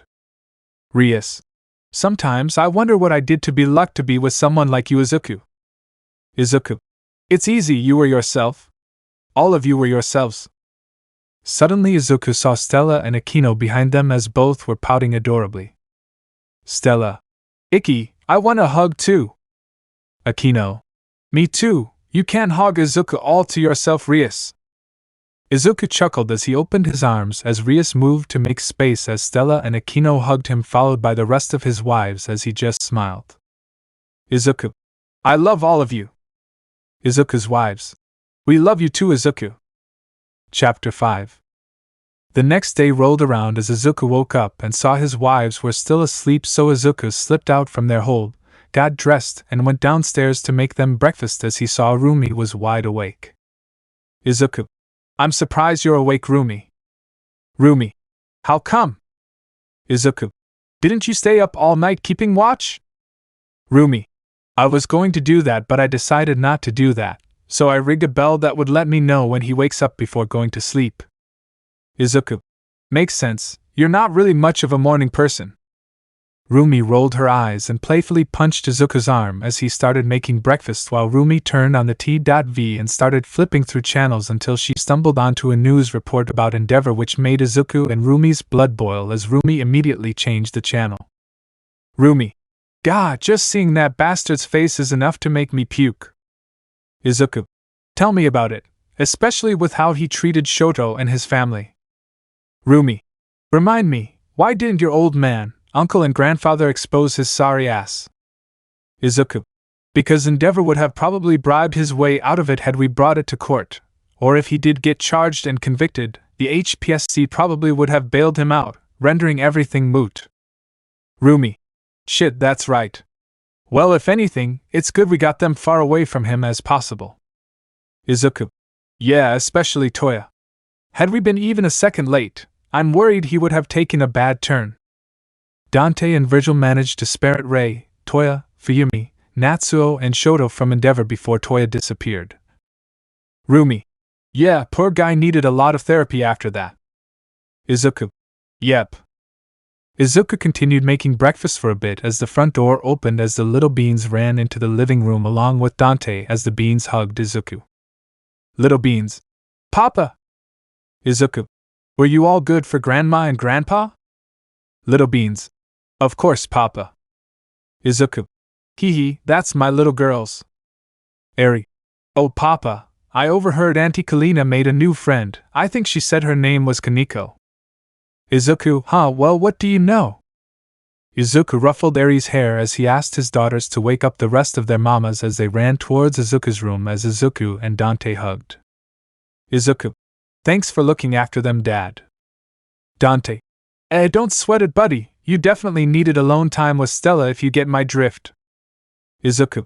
You're an idiot, Dad. Dante. Also, your mother told me you have something to show me. Izuku pointed to the unconscious Denji as Dante looked at him as Izuku's wives came down for breakfast. Dante. So he showed up suddenly, with chainsaws for his head and arms, helped you guys kill the demon, then turned back to normal and passed out. Stella. Yes. Dante. Also, you said his saws melted away? Izuku. Yep. Dante. I've seen lots of weird things in my life, but that sounds like a pipe dream. Rias. The part that still confuses me is he has to be a hybrid, but some kind of unique hybrid. Dante. Yeah, if I had to guess, poor kid got turned into a hybrid, either by a ritual or he's an artificial hybrid. Rias. Is making an artificial hybrid demon even possible? Dante. Well, I know someone who is an artificial demon, so I don't doubt creating artificial half-demons is possible. Virgil. That might just be the smartest thing you've said your whole life, brother. Everyone turned to see Virgil as Dante rolled his eyes at his brother's comment, as he punched his shoulder playfully as Dante told them everything Izuku told him as Virgil was intrigued. Virgil. This is curious. This has never happened before in history, as far I'm aware anyway. Dante. Yeah, you're telling you, bro. You think Dad might know what's up? Virgil. It's possible. Rias. And if he doesn't know, maybe my dad and brother would know. Denji then started moving as he started to wake up as he rubbed his eyes as he saw the Sparta family around him. Izuku. Morning. Dante. Slept well, kiddo. Denji freaked out a bit, seeing everyone around him as Rias managed to calm him down. Rias. Look, calm down, we're not looked to hurt you, especially one of our own. Denji. One of us? Rias, Akino, Izuku, Dante and Virgil all showed Denji their devil wings as Denji was surprised knowing he was among a bunch of demons. Denji. You guys are all demons? Rias. Yes, but my husband, father-in-law and uncle-in-law are hybrids while the other girls are pure humans. Denji. Wow, so, what are your names? Dante. The name's Dante, the guy in blue is my twin brother Virgil, this half-pint is my son Izuku, these girls are my daughters-in-law Rias, Akino, Momo, Kyoka, Rumi, Mordred and Stella. And these little beans are my granddaughters, Eri, Melty, Polka and Alas. The beans smiled at Denji before he looked at Dante and Virgil and looked at them in shock. Denji. Wait, you're the Dante and Virgil, the legendary demon hunter and the dark slayer? Dante. Guilty as charged, kid. Virgil. You've done your homework, Denji. Oh, my name's Denji. I can't believe I'm meeting two demon hunting legends. Izuku. You're a demon hunter as well, I guess? Denji. Yeah, I'm a public safety demon hunter. Dante. Is that so? Virgil. Interesting. Stella. So, what was the deal with your devil form? Rias. Yes, you're no normal demon hybrid. What are you? Denji then explained how he became a devil to the best of his ability, as they were all surprised. Izuku. So, your demon pet took the place of your heart? Rias. That's incredible. I've never heard anything like that before. Denji. Yeah, I'm not really sure how it happened, but here I am. Dante. Follow me, kid. Worthy. Where? Denji got up as he followed Dante downstairs to the training area as Dante did a come here motion as Denji knew what was up as he ran towards Dante and went to kick him in the balls as he teleported behind Denji and kicked him in the back as Denji went flying. Dante swept Denji's leg, but Denji managed to catch himself before Dante kicked him in the face before Denji hit the floor. Denji, damn it, he really kicked my ass. Guess I should expected that from the legendary demon hunter. Denji shook his head as Dante gave him his hand and helped Denji back up. Dante. Not bad, kid. I honestly thought you'd go down after my first kick. Denji. Well, thanks. Dante. You've got lots of promise, kid. How about this? I'll help train you to become the best demon hunter you can be, when we have the time, of course. Denji. Me? Be trained by you? Dante. Of course. From what I've heard, that chainsaw form of yours is nothing to laugh at, but you can only get so far relying on your strength alone. Denji was still in shock that the world's greatest demon hunter just offered to take him under his wing before realizing something. Dante. That's the spirit, kid! Hey Virgil, want to join in? Virgil walked downstairs as he stepped beside Dante as he looked at Denji. Denji. So, what's first? Virgil. Training begins now! Virgil summoned Beowulf and punched Denji in the face as he landed face first. Virgil. You weren't ready. The day flew by as Denji trained under Dante and Virgil as the twins told him he had to land at least one punch on both of them, and it quickly became a massive endurance test for Denji as he got his ass handed to him on a silver plate by Dante and Virgil. Dinner rolled around as Dante and Virgil walked upstairs to see Rias cooking dinner as they sat down. Rias. Well, how's training Denji going? Dante. Kid's a bit rough around the edges, but he's got promise. Virgil. By that he means he's sloppy, but he's right about Denji having promise. Although, he tried to hit us below the belt in the first few minutes of the training. Izuku. Well, that is a surefire way to bring a dude to their knees. Virgil. Indeed, but the least he could do is not make it look obvious. They all turned to see Denji stumbling upstairs as he fell onto the couch as Eri grabbed some food and gave it to Denji as she smiled. Eri. Hungry? Denji. Why yeah, thanks.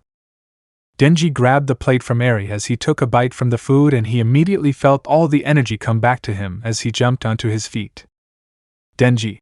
Holy crap, this is the most delicious food I've ever had in my life. Rias. Oh, well, thank you. Denji. Granted, I haven't had much decent food growing up, but this is next level. Izuku. Weird. Eri. Yeah, Mommy Rias is the best cook in the world. Denji. Damn it, I think I'ma have a heart attack. Eri giggled as she grabbed Denji's hand and placed it on her head as Denji gave Eri head pats. Momo. It looks like Eri likes you. Rias. Oh, that reminds me, Izuku. I've decided to hold a meeting after school tomorrow with my peerage to clear the air with most of them. Izuku. Great, can't wait to deal with that perv again. Denji. A peerage? What's that? Eri. Not important. Rias. Trust me, Izuku, nothing will go wrong, hopefully. I'll make sure of it. Izuku. I'll make a note. Denji. So, you're married to all of them? Izuku. Yep. Denji. That's so cool, how'd you do it? Izuku. My manly and devilish charms and being cool and stylish. Denji. Can you please teach me to be cool and stylish? Izuku. I don't see why not. Denji. Sweet. Izuku finished eating as he went upstairs to shower as he went to grab new clothes to change into when he heard the door close and lock and looked behind him. Izuku blushing. Akino, what are you doing? Akino. You darling, right here, right now. Izuku. Now's not really the time, we gave my dad, uncle and a guest over. Akino. Makes it all the more exciting, doesn't it? Izuku. You can be really shameless, Akino. Akino. And you love me for it. Izuku shook his head as he grabbed Akino by the waist and kissed her before Akino wrapped her legs around Izuku as he carried her to the bathroom. As unknown to them, they were being watched by Virgil. Virgil. Teenagers. Good thing the bathroom's soundproof. Izuku pinned Akino against the wall as he kissed her neck as she blushed at the feeling of Izuku's contact as Izuku undid Akino's bra as Izuku took off his shirt and jacket as the two looked each other in the eyes. Izuku then smirked as he put her down, which made Akino pout as Izuku got the shower running before he dropped his pants, which made Akino blushed and smirked. Izuku. So then, what shall it be tonight, Akino? Human or devil? Akino had a sadistic smile on her face as she removed her underwear before stepping into the shower with Izuku and pinned him against the wall. Akino. Let me pull your devil trigger, darling. Time skip. The next day came around as Izuku, Momo, Kyoka, Rumi and Mordred were at school as they entered their classroom as Izuku got glares from Bakugo, Ida, and the perverted musketeers, Mineta, Kaminari and Siro, but he just flipped them all off as they sat down and waited for their teacher. Izuku. Bakugo's going to be pissed when he sees Stella. Rumi. I remember when Stella gave a big burn mark on his back when he pissed her off back in middle school. Mordred. Hey, maybe she'll even it out on his chest. They all laughed as Aizawa walked in and started class. Aizawa. Alright class, before we begin, we have a new transfer student joining our class today, so I want you all to. Ida. Mr. Aizawa, it is far too later for a student to transfer her, especially after the sports festival. I demand that. Aizawa. Are you running the school, Ida? Ida. No, but I should be. Aizawa. Well, you're not, and this was approved by the rat himself. So sit down and shut up before my problem magnet of a nephew beats your ass again. Everyone started laughing at Ida as Aizawa just face-palmed. Aizawa, you just had to save him, Izuku. You and Todoroki couldn't have been a few seconds slower. You'd save everyone the headache, and all those stupid suggestions of his. Aizawa called for Stella to enter the classroom as the perverted musketeers all started drooling at the sight of her while Bakugo started seething with rage. Stella. Nice to meet you, everyone. My name is Stella Vermilion. Mineta. Awesome. Another smoking hot babe. Kaminari. And she's stacked. Siro. I bet her ass is perfect. Izuku. I'd kill all three of them right now if we weren't in school. Stella. The things I love are eating delicious food, my family, my loving husband Izuku Redgrave, and my fellow harem sisters. Stella said that last part while looking right at Mineta, Kaminari and Siro and smirked as the perverted musketeers started flipping their shit that Izuku cucked them again. Ida. Vermilion, what is your quirk? Stella. Sorry, won't say. Ida. What, why? As your classmates, we demand to know what your quirk is. Stella. You mean you want to know what it is? And my father-in-law taught me to always keep my skills to myself until the time's right. Ida starting seething with anger as Aizawa smiled at Stella, putting Ida on his place as he told her to sit beside Achiko as Stella walked by Bakugo, as they glared at one another. Bakugo. Crimson, I thought you were still stuck in France. How's not trying been for you? Stella smirks. How's your back? Stella slapped Bakugo right on the part of his back where she cut him with her quirk as it still stung as she and Achiko high-fived before Stella sat down as Aizawa started the class. The day went by as normal as Stella was shown around Udade by her lovers as Stella got to know her new classmates except Bakugo, Ida and the perverts as Izuku and his wives all flipped them off as Stella was able to get pretty caught up with work. A bit before the school day was over, Izuku packed up his stuff so he can be on time meeting with the ORC at Ko Academy, as he was dismissed early as Izuku ran out of the building as Ida started yelling at him again. As Izuku was a bit away from Udade, he looked around himself for a second before transforming into his devil trigger and started flying towards Ko Academy. While flying, Izuku figured he'd have to beat Issei's ass again with ease, but he found himself thinking back to Asia and Kaneko. Izuku, I won't lie, those two are pretty cute. I won't mind those two join the harem after getting to know them well. As long as Rias, Akino, and the other are okay with it. Chapter 6. Izuku made his way towards Ko Academy as he landed a bit away from the school and transformed back to his human form. As he walked to the school as he looked around, and he was getting a lot of looks from the female students. Izuku, no wonder most guys attend this school, the girls look nice. Of course, not even close to my wives though. Izuku also took note of all the dirty looks he was getting from a good number of the male students as Izuku decided that he's in the mood to cause a little ruckus as he looked over to a group of girls who were looking at him as he smiled. Izuku. Hey, how you doing? The girls all started fawing over Izuku as he chuckled at the effectiveness of his charms as he noticed two particular boys giving him death stares. One had glasses while the other had a buzz cut that made him look bald or that he just got out of prison as Izuku simply smirked at them. Izuku, I feel like a bucking celebrity in this town. Now then, any of you girls know where the ORC building is? Some of the girls pointed him in the right direction as he thanked them as he was on his way as he felt a bit excited for what's about to happen. Meanwhile, Rias was waiting impatiently for Izuku with the ORC while everyone other than herself, Akino and Kiba, didn't know what was going on as Rias looked at Akino as she was in bliss from last night. Rias, seems like she definitely enjoyed herself last night, but did she have to seduce Izuku while we had guests over?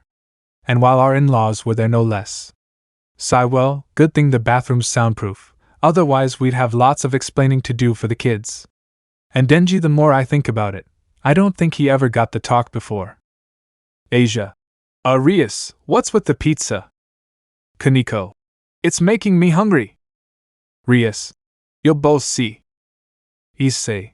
I swear, when I see that white-haired douche nozzle, I'll make him regret ever meeting Rias and Akino. Suddenly, the doors blew open as Izuku was standing in the doorway with his hands on his waist and have a confident smile on his face as he walked in while Issei was completely vivid seeing Izuku's face. Izuku. So, this is the clubhouse, huh? Looks nice. Izuku walked over to Rias' desk and kissed her and Akino on the cheek before noticing the pizza as he grabbed a nearby chair, placed his feet on the desk and grabbed a piece of pizza. Issei. What the hell is he doing here? Rias. Well, after our little spat at our home on Friday, I figured this would be a nice chance to clear the air between all of us. And this is happening either if you... Issei. Why yes, ma'am. Issei shut his mouth as he was horrified at Rias' aggression as Izuku had a slight blush on his face. Izuku, always love it when Rias puts her foot down, it's pretty hot. Rias. Well then, you all already know the name of me and Akino's husband, Izuku Redgrave. Izuku. Sup? Man, this tastes great. Rias. And you already know he's part of the Sparta family. Gasper. Rias, how do you even know one of the most legendary families in history? Izuku. We're childhood friends and my grandfather's close with Rias' family, so we've always been close. Asia. And what about Akino? Izuku looked at Akino, waiting for her to give him either the go-ahead or tell him not to say as she shook her head no as he looked back to the others. Izuku. That's something you should ask Akino, not me. Rias. Now let's get down to business. Issei, Kaneko, Gasper, you're all going to fight Izuku. Izuku. Huh? Issei. That's not fair, why isn't Kiba or Asia helping? Rias. Because Asia isn't a fighter and Kiba's seen how strong Izuku is up close. Gasper. But he's going to beat us anyway, so what's the point? Rias. Practice. And also to see Izuku humble Issei. Izuku. Well, if we're doing this, I need to set the mood. The three went outside as Izuku finished his slice of pizza as he got up and walked towards a jukebox in the corner. Rias.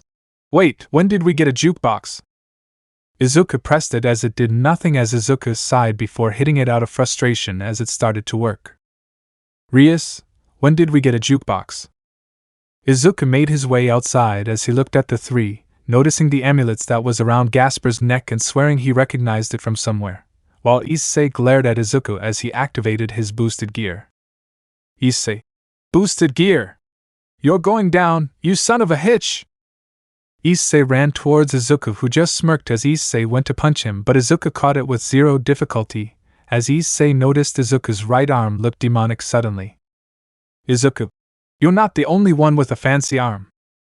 Izuku grabbed Issei's arm and threw him into the ground before kicking him in the gut as Kaneko swooped in and tried to attack Izuku, but Izuku saw it coming as he jumped over her and landed behind her. Izuku. Oh, I love a fast woman. Kaneko slightly blushed at Izuku's remark as she kept trying to lay a hit on him, but Izuku either blocked or dodged with ease and style. Izuku kept moving all over the play as Kaneko tried keeping up with him as she kept missing or getting blocked. Kaneko, he's moving pretty fast. But Izuku got tired of blocking like a normal person as he started blocking all of Kaneko's attacks with his legs. Izuku. I needed a good leg workout. Izuku put some distance between himself and Kaneko as he saw Issei laying behind him as he got an idea as Kaneko jumped into the air, stuck her leg out, and dived towards Izuku. Izuku slid his foot under Issei as he kicked Issei up, grabbed him and used him as a human shield as Kaneko hit Issei right in the balls. Issei. K Kaneko, what the hell? Kaneko. You were in the way. Izuku. Now that's a nutcracker if I've ever seen one. Izuku then swung Issei into Kaneko as they went flying back as Izuku was about to run towards them when suddenly he stopped for a brief time before getting sent flying back as Kaneko landed in front of him. Kaneko. Good one, Gaspy. Izuku, crap, I completely forgot about that one. Wait, is Gasper a girl or a dude? I honestly can't tell. Well, whatever just happened had to have been Gasper, but why did it feel like I was completely frozen for a second? I didn't even feel a thing. Izuku got back up as a ghostly double of himself appeared beside him as they both rushed towards Kaneko as she prepared to fight them both. Then suddenly Izuku vanished, surprising Kaneko as Izuku's doubleganger took advantage of her surprise as she started getting overwhelmed by the ghostly double. Meanwhile, as Kaneko was being overwhelmed, Gasper looked around looking for Izuku as he bumped into someone, which was Izuku, before falling unconscious as Izuku let him fail gently. Izuku, what's with that amulet he's wearing? Izuku shrugged it off as Kaneko continued fighting Izuku's doubleganger, as she threw a punch at the doubleganger before it disappeared suddenly as she heard Izuku behind her. Izuku. Jackpot. Izuku tripped up Kaneko before grabbing her face with his devil bringer and slamming her into the ground. Izuku then stood up straight, wiped off his clothes of dust as he looked to Rias and gave her a thumbs up. Time skip. Asia was healing the three after their fight with Izuku as she finished healing Issei as she turned to see Izuku behind her. Izuku. Got to say, that healing ability of yours is pretty handy. And I mean that wholeheartedly. Asia. Oh, thank you, Izuku. It's nice to hear nice things about this, especially with what I went through recently. Izuku. People made fun of your healing? Asia. That's putting it mildly, but yes. People have called it a curse so many times throughout my life, I'm still getting used to getting actual compliments for it. Izuku. I see. It's a shame, someone as nice, kind, cute and beautiful like you shouldn't have gone through something like that. Asia. Did he just call me cute and beautiful? Izuku.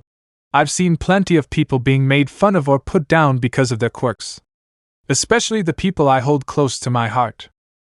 Izuku clenched his fist in rage as Asia went to calm him down when she suddenly lost her balance and nearly fell over, but Izuku was able to catch her as she blushed while looking at his handsome face. Izuku. You alright? Asia. Why yeah, I am, thank you. Izuku. Don't mention it. Asia regained her footing as she saw Izuku's arm was still in its devil bringer form as she freaked out a bit, thinking his arm was injured. Asia. Izuku, your arm! Izuku. Oh, it's all good. I can turn it back and forth. Izuku demonstrated his claim as his right arm turned back to normal before turning into his devil bringer, before going back to human again. Izuku. Need huh? My older cousin figured that out a while ago. Asia. Really? Izuku. Yeah, and he coined the name Devil Bringer. Rias. It's in his family's nature to give names to their weapons. Izuku. Because any self-respecting weapons owner always name their weapons, especially cool and stylish names. Rias sigh. You're just like your dad. Izuku. You make it sound like a bad thing. Rias. I never said it was. Rias gave Izuku a kiss on the cheek as he noticed Gasper sitting in a box, which piqued Izuku's curiosity. Izuku. So does Gasper have a solid snake thing going on or something? Why is the little one sitting in a box? Rias. Gasper's a boy if you're wondering, Izuku. Izuku. Oh good, I didn't want to assume and look like an asshole. Wait, then why is he wearing the girl's uniform? Rias. Well, by the time I made Gasper a member of my peerage, the school was still all girls, so we didn't have much options, and he seems to like them. Izuku. Hey, I won't judge. Long as no one gets hurt, fine with me. Also, what's with the amulet he's wearing? Rias. That's because of his sacred gear, it allows him to freeze time. Izuku. So that's what happened to me earlier. Guess now I know how it feels when I use Quicksilver on someone. Rias. However, Gasper's sacred gear kept getting more and more stronger to the point it was almost uncontrollable. I tried the best I could to help him control it, but it kept getting stronger for me to handle. Had it not been for the amulet my brother found, I may have had to seal Gasper away. Izuku's eyes widened as he remembered where he saw that amulet from. Izuku. Oh shit pants, now I remember. Your brother asked me and my dad to help him find it. Guess I know why he needed it. Rias. Why you didn't ask him why he was looking for it? Izuku. It was a chance for me and my dad to hang out with your brother, you know we love that guy. Rias. Gee, I didn't notice. Izuku rolled his eyes at Rias' sarcastic comment as they saw Akino showing Asia, Kaneko and Gasper pictures of their family as they landed on one with Eri holding a crown in her hands, running to Izuku. Akino. I remember that day. The moment Eri finished making that crown, she immediately ran to Izuku to show him and asked him to put it on her head. Rias. She kept saying she was Papa's little snowball princess for most of the day after that. Izuku. It was so adorable, it nearly made Momo pass out over how cute it was. Kaneko. How does a kid like that even exist? Rias. Don't know, don't care because I love our little snowball, and the rest of our little beans. Gasper. Oh, what about that one? Asia. Eri looks so cute. Kaneko. Who's the Kirby-looking girl? Rias. Oh, that's Izuku's best friend Ochako Uraraka. She's basically an aunt to our kids. Izuku. I remember that. She was staying over one night and Eri got sleepy, so Ochako brought Eri to her room. Then a while later, I walked by and saw Ochako cuddling with Eri. Akino. And then we all snapped pictures of it. Akino turned the page as Kiba suddenly bursted out laughing as Izuku saw which picture it was as he face-palmed. Rias. Oh, I remember that. Izuku can't tie a tie to save his life, so Momo had to do it for him. Izuku. Ties are stupid, okay? Issei, under his breath. Just like your face. Izuku. What was that? Issei shot up straight, freaked out that Izuku overheard what he said as he got up and looked Issei in the eyes. Izuku. Well then, looks like a second round is needed to get it through your thick skull. Issei. You're on, douche nozzle. Rias. Izuku, Issei, enough. Izuku. Oh come on Rias, he started it. Rias. And I'm ending it. Am I clear? Issei. Why, yes ma'am. Izuku, oh god, that's hot. Issei shut his mouth while Izuku went back to the others as Rias flipped to a picture of Izuku and Kyoka sleeping together. Izuku blushing. Oh come on. Asia. You two look adorable together. Rias. Izuku and Kyoka trained their asses off that day, so they immediately crashed the moment they sat down. Akino. And we immediately took pictures of that so we wouldn't let them hear the end of it. Izuku. I swear Akino, you love to make me embarrassed sometimes. Akino. And you love it, darling. Izuku. And no, I don't. Akino. Sure Izuku, sure. Akino shot Izuku a flirty grin as he sighed in defeat and blushed as Rias giggled as Akino pushed Izuku into her breasts, which made Issei pissed. Izuku, I honestly can't tell whose breasts feel better, Momo, Akino or Rias. Issei, just wait you half-demon freak, I'll destroy and rip off that fancy arm of yours and become the Harem King. Izuku pulled his face out of Akino's boobs as Kaneko saw a picture of Izuku and Kalina standing side by side. Pretend it's Izuku and Kalina. Kaneko. Are you close with your sister Izuku? Izuku. Well, yeah. Kaneko. Don't you two ever fight? At all? Izuku. Well, I'd be lying if I said Kalina and I haven't even argued once. True, we do get on each other's nerves a lot and don't see eye to eye on everything. But it's expected, especially since we're twins. But at the end of the day, she's my sister. And I care about her no matter what. Kaneko. That must be nice, having a sister who cares about you. Izuku. Yeah, it is. I wouldn't give up my sister, I'd bet my life on that. Kaneko looked down at the floor, thinking about what Izuku just said about his sister, as she had a sad expression on her when she saw Izuku holding a candy apple in front of her. Izuku. Here, you can have this. Kaneko grabbed the candy apple as she immediately started eating it as Izuku laughed. Izuku. You'd definitely get along well with Eri, she had a massive sweet tooth. Especially for candy apples.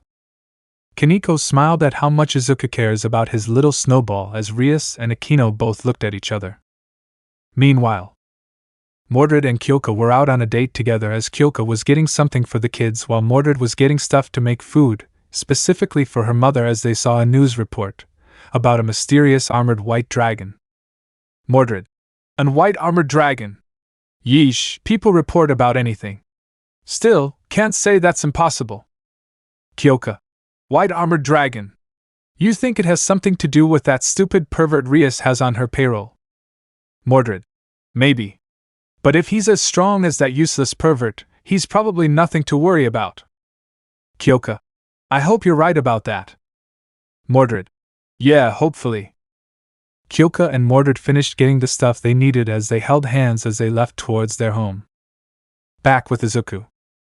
Izuku, Rias and Akino were heading home as Izuku asked if he could train Asia, Kaneko and Gasper, which all three agreed to, which pissed Issei off even more as Izuku, Rias and Akino all headed home. Izuku. Well, that went well. Aside from the pervo jerk face 3000 over there. Akino. You definitely didn't hold back against him during your fight, I loved it. Izuku chuckles. Of course you did, my electric sadist. Akino smirked as she grabbed Izuku's waist and pulled him in for a live-filled, hungry kiss. Rias then bonked both of them over the head as they held the backs of their heads. Rias. Keep it together you two until we get home. Knowing you two, you would probably go at it right here, right now. Akino. Wouldn't be the first time we've had some outdoor fun. Remember last time, Rias, you didn't object that. Rias. We were all strained on an island, together and alone. The only reason I didn't object was because there was no one who could have caught us at the moment. Akino. Ah, come on, Rias, you have to admit the thrill of getting caught sounds intoxicating to you. Rias. I'm not about to have this conversation while in public, Akino. Suddenly, Izuku's right arm started freaking out as it changed into its devil bringer form as it started glowing as the two girls dropped their argument as they checked on their husband. Rias. Izuku, are you alright? Akino. You need me to suck your fingers to soothe the pain? Izuku. Rias, Akino, I'm alright. Devil bringer went crazy all of a sudden. Akino. You think it's a warning? Izuku. Probably. Usually the only time the devil bringer goes nuts is when it's giving a warning. Rias. Well, whatever it is, we should be careful. Especially so the kids don't get involved in any way. Izuku nodded as his devil bringer stopped freaking out as it went back to its human form as they kept on walking home as Rias and Akino started whispering to each other. Akino. So, I think Asia and Kaneko are started to develop feelings for Izuku. Rias. Definitely, although I think Asia's feelings are developing at a faster rate compared to Kaneko. Akino. Well, darling is definitely the looker. You think the other girls will be okay with it? Rias. Probably, but let's give them time to get used to Asia and Kaneko, and for them to get to know Izuku better. Akino. I think Eri will get along well with Kaneko. Rias. I'm thinking the same with Alas and Asia. As for Asia and Kaneko, they kept thinking about Izuku and tried their best to get him out of their heads, but it didn't work as there was something about the son of Dante they couldn't stop thinking about as they felt bad thinking about him. Asia and Kaneko. I'm so sorry, Rias and Akino. Chapter 7. Izuku, Rias and Akino made it home as they saw Eri, Melty, Polka and Alas all watching original Ben 10 and saw Mordred in the middle of making food with help from Stella as they finished as Izuku kissed them. Mordred. So, how'd it go? Izuku. Went pretty good all things considered. I styled on the Pervitron 3002. Stella. Of course you did, Icky. Izuku. I can't help it, it's in my blood to style on the people I'm fighting. Anyway, where's Denji? Mordred. Oh, he's training with Rumi. Izuku. What? Are you crazy? Stella. Relax, Icky, what's the worst that can possibly happen? Rias. Gee, I can think of a few. Mordred. Oh, relax, Rias. The guy's a hybrid, he can handle it. They all turned their heads to their training area as they all heard Denji's screams of terror and pain as they can only imagine how badly Rumi's beating his ass, which made Izuku and Rias flinch and cringe while Akino got a bit horny. Stella. You know, maybe it should have been either me or Mordred instead of Rumi. Izuku. Oh really? Mordred. Hey, at least we didn't leave it to Akino. Akino. Hey. Rias. Akino, just hearing that turned you on. Akino. And no, it didn't. Rias. Akino, we've all been together long enough to know when you're horny. And there's two things that make you really horny, whenever you're fighting or seeing Izuku shirtless. Akino, blushing and drooling. Yeah, it does. Mordred. Oh, Izu, can we go for a date? Izuku. Of course we can, Mordred. Stella. Wait, you just got back from a date with Kyoka. Mordred, can it Stella? Mordred ran off to change as Stella just shook her head as Izuku laughed as he sat beside his daughters and ruffled Alas' hair. After waiting for a bit, Mordred came downstairs as Izuku smiled at how beautiful she looked. Mordred gave the little beans hugs and kisses as she grabbed Izuku's arm and dragged him out the door basically as the others just laughed. Stella. Good to know Mordred still hasn't changed too much since we were kids. Kyoka. Yeah, she hogged Izuku more than Momo and Rias did. Momo and Rias. We did not. Kyoka. You two definitely did. Izuku shut the door as Mordred finished dragging him as he just shook his head and laughed. Izuku. You do know I can walk by myself, right, Mordred? Mordred. Well, when it comes to the kids, you usually always take your sweet time, like whenever Momo puts on her damn makeup. Izuku. Momo doesn't have any makeup, Mordred. Mordred. Holy shit, she's beautiful. Izuku just shook his head and picked up Mordred bridal style as he started flying with his wings. Mordred. No matter how many times we do this, it's always awesome. Izuku. Yeah, nothing beats flying and feeling the wind against your face. Mordred. Especially when being held by your husband. Izuku smiled as he kissed Mordred as he flew faster towards the city as Mordred held on tight. After arriving in the city, the first thing Mordred did after they landed was drag Izuku to the food court in the mall to get some food. After getting lots of food and paying for it, Mordred started scarfing it down as plenty of girls all looked at Mordred, completely shocked seeing her eat that much food without gaining weight, which made them all extremely jealous, which Mordred noticed as she flipped them all off. Izuku just laughed to himself as he kept eating his food while watching Mordred eat hers. Izuku. It always makes me laugh whenever people get jealous of you and Momo when they hear you two can eat a lot of food without gaining weight. Mordred. Well, tough bucking tits for them. And it pisses me off that most girls hitch and moan about not wanting to put on weight. Holy shit, maybe if you got off your bucking phone and exercise, maybe you wouldn't have to worry. And don't even get me started on those skanks who think they can get along on life just because they're hot. Izuku. That reminds me that time you beat the shit out of that skank back in high school because she barely showed up to school and got most of the boys to do her work for her. Mordred. That damn hitch really thought she could have it easy just because she's hot? The only reason she didn't get kicked out sooner was because her folks were loaded. And there's no guarantee she'd look like that into adulthood. She could become as attractive as the grape for all she knew. Izuku. It's always nice to see you all fired up and passionate, Mordred. Mordred blushed at Izuku's compliment, and smiled as they finished their food, then went off to enjoy more of their date.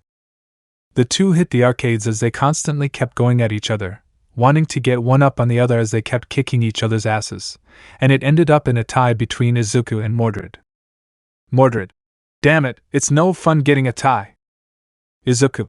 Hey, don't pretend you didn't kick my ass hard, Mordred. Mordred. You'd like it if I actually did that. Izuku. Sometimes, it's like Akino's sadistic habits rubbed off on you. Mordred smirked as she pinned Izuku against a nearby wall as she lifted her leg and placed it against Izuku. Mordred. You have a problem with that, Izuku? Izuku. Mordred, not in public. Mordred. Who gives a shit? Let them look. The two kissed while being completely ignorant to all the looks they were getting, most of them being jealous looks as Izuku and Mordred simply flipped them all off as they broke the kiss and looked each other in the eyes.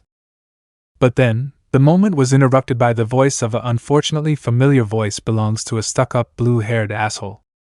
Izuku. Oh great, what do you want, Ida? Ida. What on earth do you think you're doing? Hand has a stroke. Mordred. Kissing my dear husband, got a problem? Ida. You are not allowed to be doing that. Izuku.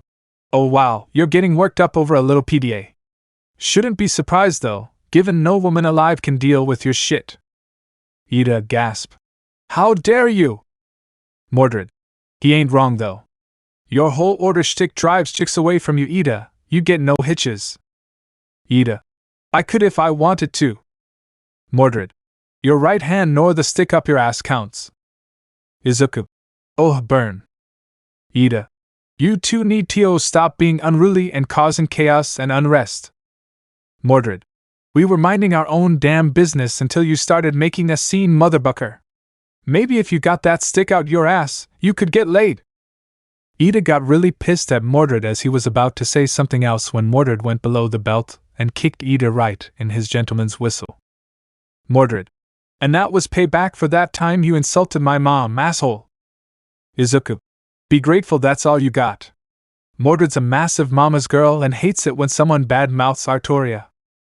The two left Ida, who was grabbing his balls in pain as they walked by a nearby TV showing another report about the mysterious armored white dragon.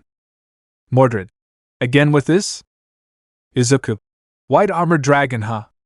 I think that might be the White Dragon Emperor. Mordred. You sure about that, Izu? Izuku. Well, we bumped into the Red Dragon Emperor. Can't be a coincidence that a white armored dragon just so happened to appear a few days later. Mordred.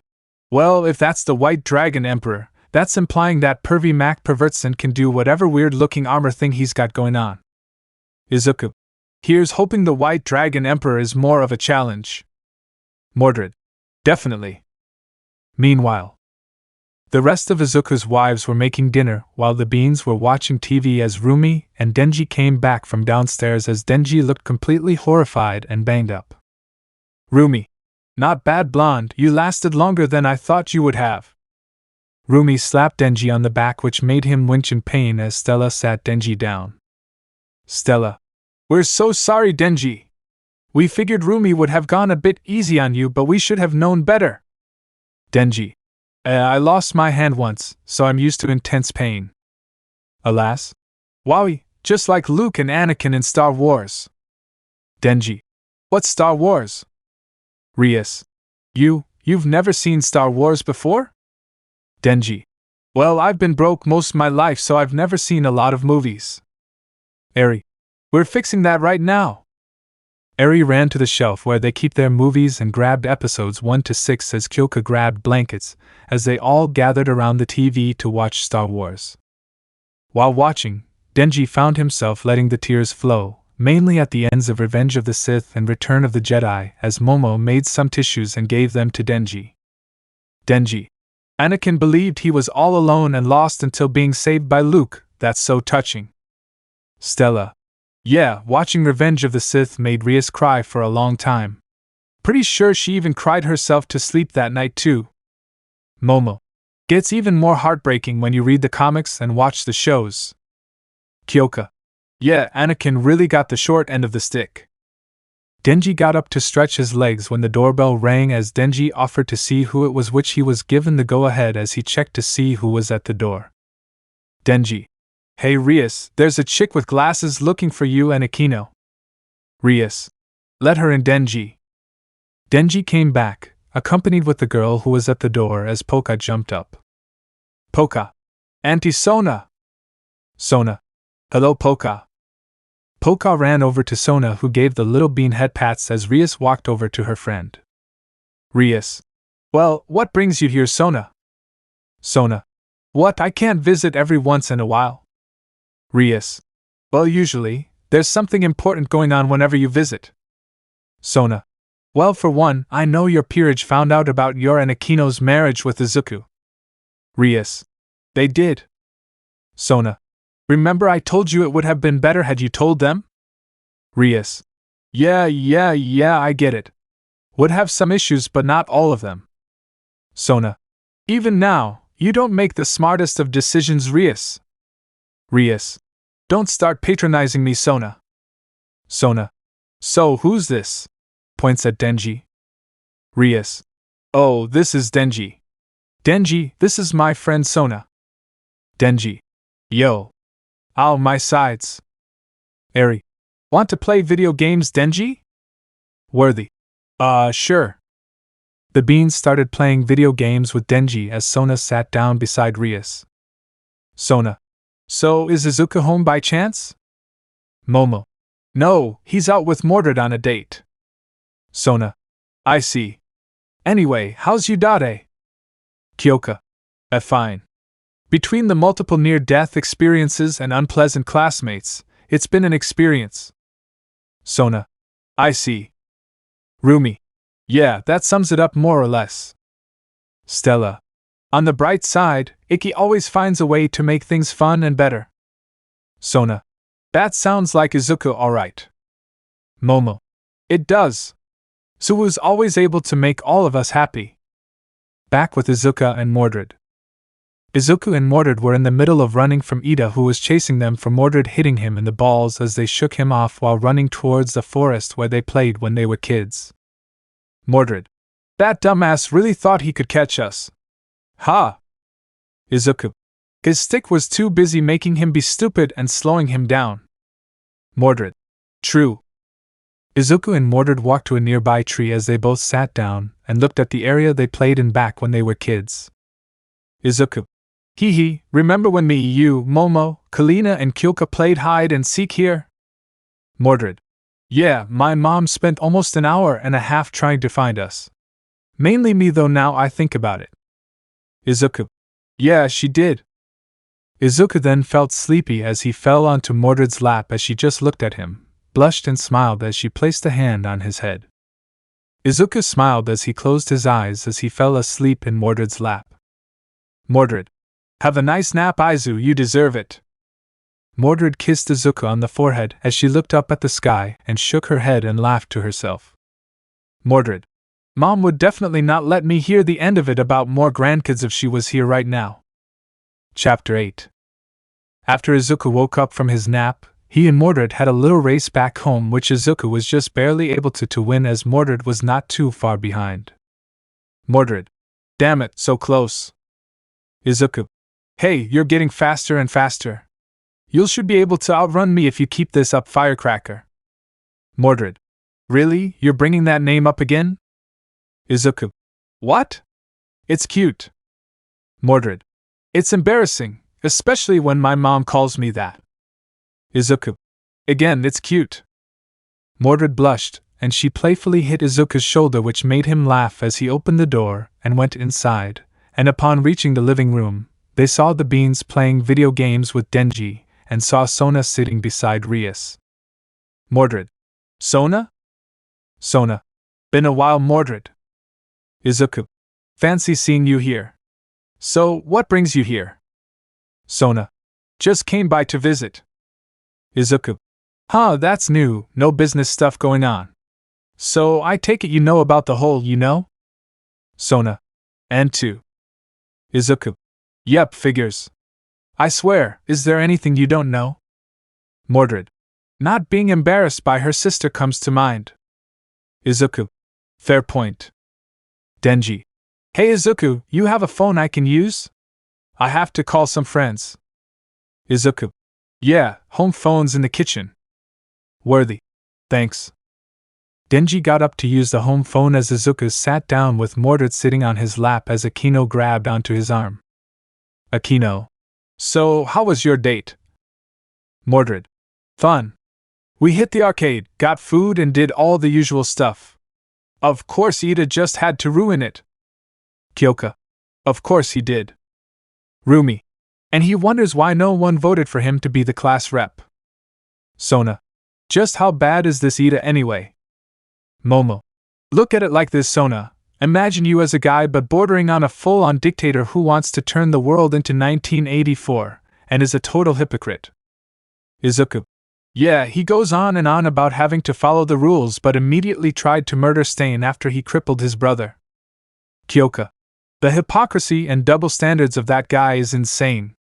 And he tried to force one of our friends into a Quirk marriage with him. Rias. Makes you look not so strict, does he, Sona? Sona. He just sounds incredibly petty. Izuku. Hell, during the entrance exam, he interrupted President Mike right when he was going to explain how the zero-pointer worked just to flex his fragile ego. Eri. He's a mean poopy head. Poka. He just insulted Papa just because Papa likes having fun. Melty. He even insulted Mommy Rumi for her quirk. Rumi. That was really rich coming from the guy with pipes coming out of his legs. God, I wanted to just knock those glasses off his smug face. Mordred. Like Izuku said, guy's a massive hypocrite. Sona. I see. Well, obviously Izuku doesn't seem to be fazed by this Ida. Izuku. Well, there's nothing he can do to me. I can literally knock him on his ass with ease and I'm the class rep so he can't boss me around. And well, who cares what I do as long no one gets hurt. And well, sometimes I screw around just to piss Ida off. Sona. Well, that part of you hasn't changed since we were kids. Izuku starts chuckling a bit as he rubbed the back of his head. Izuku. Hey, yeah, not really. Izuku smiled a bit, which made Sona slightly blush as Denji walked back over to the group and sat down. Mordred. How'd it go with your buds? Denji. Good. You guys don't mind if they come over there, do you? Izuku. Not at all. A friend of yours and is a friend of mine. Worthy. Sweet. Time skip. After Izuku kicked Denji's ass in a game of Mario Kart, they heard the doorbell ring as Denji walked to the door and opened as his friends were there as he let them in. Denji. Aki, Power, you're here. Power. Now this is a abode. Take notes, Top Knot. Aki. You think I have the money for a place like this? Besides, a place like this is not my style anyway. Anyway, how did you end up here, Denji? Denji. Well, I blacked out after dealing with the ice demon and then these guys brought me here to heal.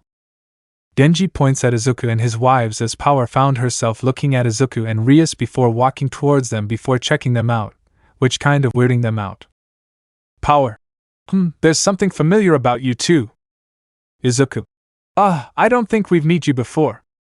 Rias. Yeah, I'm sure we'd remember you, especially with those horns on your head.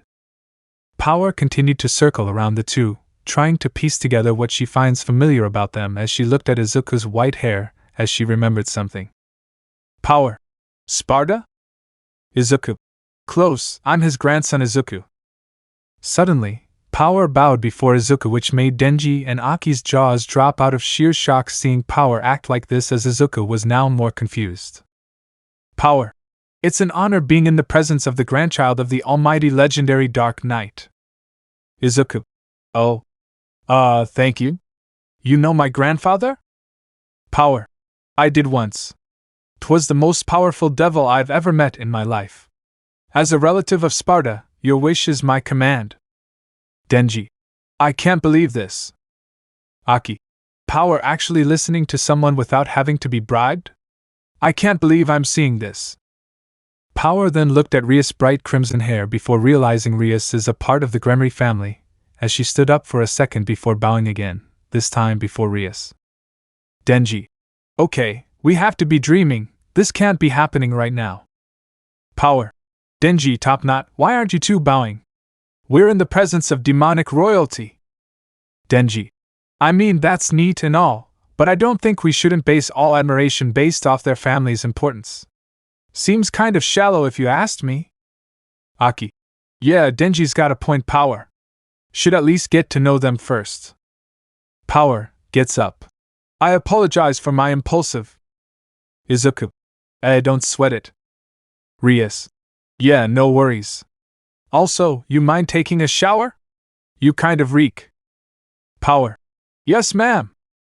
Momo pointed Power to where their shower is as she walked off as Denji and Aki were still in shock. Aki. I did not expect this is how today would turn out. Denji. That makes both of us. Izuku. You guys hungry? Worthy. I'm starving. Aki. I could eat. Kyoka. Great. Momo and Rias are great cooks. Aki. So I assume you're a devil hunter as well? Izuku. Yep. And a hero too. Aki. Now that you mention it, I remember seeing you on T.V during U.A's sports festival. Izuku. Yeah, that's me. Aki. And what devil hunting business do you work for? Izuku. Devil May Cry. Aki.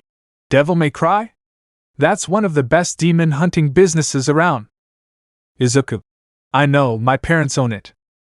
Aki. Wait, so that means Dante the legendary demon hunter is one of Sparta's sons? Izuku. You didn't already know that? Plenty of people knew that. Then again, majority are devils, so. Rumi leans over and whispers to Sona. So I'm guessing you're not going to tell them you're a demon heiress too? Sona. I'll bring it up at a later time. Meanwhile, Issei was in the middle of training in an attempt to become stronger than Izuku despite that possibility being nothing more than a pipe dream, and he wasn't showing much progress. Issei. Damn it, why am I not getting stronger? I'll never get ahead of that white-haired bastard at this rate. Suddenly, Issei heard a faint voice as he kept turning around in an attempt to find the voice before seeing someone in the distance before appearing not too far away from him. The person being himself. Issei. What the hell? Other Issei. You know damn well why you're not getting stronger. Can't you see what you're doing? You're being beyond selfish. Issei. Who cares about that shit? I will become the Harem King. Other Issei. That stupid desire is why this is even happening, that and our poor choices in friends. I mean Matsuda and Madahama? You even have any idea how many times they got us into trouble and bailed, leaving us to fend for ourselves? Friends don't do that. Issei. What would you know? You're just weak. Other Issei. Matsuda and Madahama are the reasons why everyone hates us, because they talked us into looking through that peephole before leaving us to fend for ourselves. Hell, how do you think Mom and Dad feel? Dad kept praying they would have a child after 2 stillbirths, and after all that praying, look at what we're doing. Issei. Shut up. Other Issei. We're justing barely hitting the average for all our classes. Almost everyone in the school hates us. We insulted children who did nothing wrong. Issei. They're nothing more than quirk brats. Other Issei. Just because we were bullied by people with quirks doesn't mean we have to hate everyone with a quirk. And hell, Rias gave us a second chance to live and look how we repaid her, by wanting what we can't have. Issei. Shut up, you weak bastard! Boosted gear! Issei went to attack his good self before he suddenly disappeared as he looked around to find him before completely forgetting the whole thing, and continued to try to surpass Izuku. And unknown to him, he was being watched. Nero. So, he seriously thinks he could get stronger than Izuku? Ha, I was way stronger than him when I was a kid. Nero turned around to look at his beautiful wife who was watching Issei alongside him. Kairi. Still, there's a small chance he could get a power boost. Nero, we should probably warn Izuku just in case. Nero. That's fair, hun. Even if it's extremely slim, better to warn him just in case. Nero and Kairi smiled at each other and walked off when Nero's devil bringer started to glow as Nero looked around before quickly seeing a woman with yellow eyes, which made Nero pick up the pace a bit. Kairi. Nero, you okay? Nero. Something bad might be about to happen, I can feel it. Back with Izuku. After Power finished her shower and after getting to know Aki and Power a bit, Izuku found himself outside in the middle of a friendly match against Sona. Sona sent a stream of water towards Izuku as he just slid under it with ease and style before jumping high into the air and landed behind Sona. Then she tried to land an attack, but Izuku disappeared before appearing in front of her and leg sweeped her. Izuku. You'll have to do better than that, Lady Citri. Sona then smirked as she blasted another stream of water at Izuku, but Izuku used Royal Guard to block and got pushed back. Sona then got back up and went to attack when suddenly she lost her balance again and felt someone grab her by the face and forced her into the ground as she saw Mordred standing over her. Mordred. Gotcha. Mordred helped Sona up as Melty ran outside. Melty. Andy, Sona, can you help me learn new tricks with my powers, please? Sona. I suppose I can. Melty. Thank you, Andy. Sona.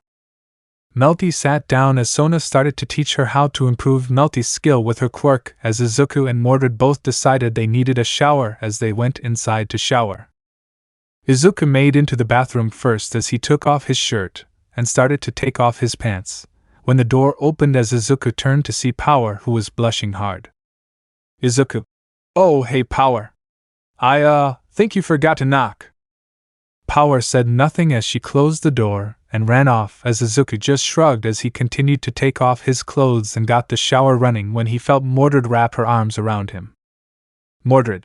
Hey handsome. Izuku. Hey Mordred. The two stepped into the shower as they started washing each other, which made Mordred giggle a bit feeling Izuku's touch. Mordred. Careful Izu, you may make me let loose. Izuku. Don't tempt me, Mordred. Power was running down the hall as she took a second to catch her bearings before thinking about Izuku's shirtless form, which made her blush again. Power. I can't believe it, he looks like a god. How are his clothes able to contain, well that? No wonder he attracted multiple mates. Worthy. Hey Power. Power. Denji? When did you get here? Denji. Just now. You okay? Your face is red. Power. I'm perfectly fine, Denji. Worthy. Right. Meanwhile, Dante and Virgil were chilling out at Devil May Cry while talking about different topics when they saw a magic circle appear as an old friend of theirs appeared from it. Dante and Virgil. Surzex? Surzex. Dante, Virgil, we need to talk. Chapter 9. Surzex sat down before Dante and Virgil as Dante walked towards the fridge to grab a drink. Dante. Want a beer, Surzex? Surzex. Thank you, Dante, I could use a drink. Dante grabbed a beer from the fridge as he gave it to Surzex as he sat down as Virgil was the one who started their discussion. Virgil. So, what's the issue at hand, Surzex? Surzex. Well, recently there's been a number of very unusual events occurring in the underworld. Virgil. How unusual are we talking? Surzex. Well, there has been a number of attacks that have occurred in the underworld, but everyone we apprehended the ones responsible for the attacks, they all claimed they had no idea what they did, and we had them put under powerful lie-detecting magic, and all of them were being honest. Dante. So, someone's using mind control on unsuspecting devils to make them do their own dirty work. Virgil. We just need to discover who's behind this, and why they're doing this. Surzex. But that's not the scary part. Dante. Then care to explain what is? Surzex. Myself along with the other devil kings believe that this is the work of the controlled devil. Dante and Virgil jumped out of their seats, looking at each other in shock before turning their attention back to Surzex, who took a sip of his beer. Dante. Are you absolutely sure that is the case? Xerxes. Not entirely sure yet, but it seems to be the most likely option. After all, the Control Devil is well documented for being eerily proficient in mind control. Virgil. Father did admit that he witnessed the Control Devil's powers being used up close once, which actually made him a bit nervous. Dante. Let's say your hunch that this is the Control Devil's work. What's the end goal exactly? Xerxes. Honestly, I couldn't tell you, Dante, although my best guess would be to take control of the underworld. Virgil. That would indeed make sense. Xerxes. Look, Dante and Virgil, I know that I'm asking a lot from you two, but I have a feeling more attacks will happen, so could you two be on standby to help in case that happens? Dante. We'll do it. Virgil. We may not have a special connection to the underworld the way our father does, it still holds a place in our family. Xerxes. Thank you so much, you two. I'll do whatever I can do to pay you back for this. Virgil. Well, helping Rias get a better judge of character would be nice. Xerxes. Oh, I see this is about the issue of Rias' pawn. Well, from what she's told me, he does seem to be rough around the edges, but I think he's actually a good person underneath. Virgil. With all due respect, Xerxes, that boy only seems to only care about getting laid and being extremely petty. I failed to see how he could secretly have a heart of gold. Dante. Well, to be fair, Virgil, the dude's still a kid. Granted, he should know better by this point, but I'm just saying he's just been hanging with the wrong people most his life. Virgil. Sigh. I swear you and Xerxes are too optimistic for your own good, Dante. But the point remains that something should be done about this Issei hiatus, since he's in possession of the power of the Red Dragon Emperor. While he may currently be weak, there's a chance he could find the motivation to become extremely powerful. Dante. Virgil, calm down. If the kid starts getting out of hand, we'll handle it whatever way necessary. Virgil. If you insist, brother. Dante. Anyway, enough business talk. How are things for you personally speaking, Xerxes? Xerxes. Not faring any better than speaking professionally. Virgil. How so? Xerxes. Sigh. Both my father and myself having been receiving plenty of requests from Riser about marrying Rias, more than ever before. Dante. Ugh, you'd think he'd give up after being turned down so many times. Xerxes. Riser's known for his persistence. Well, that and his ego. Dante.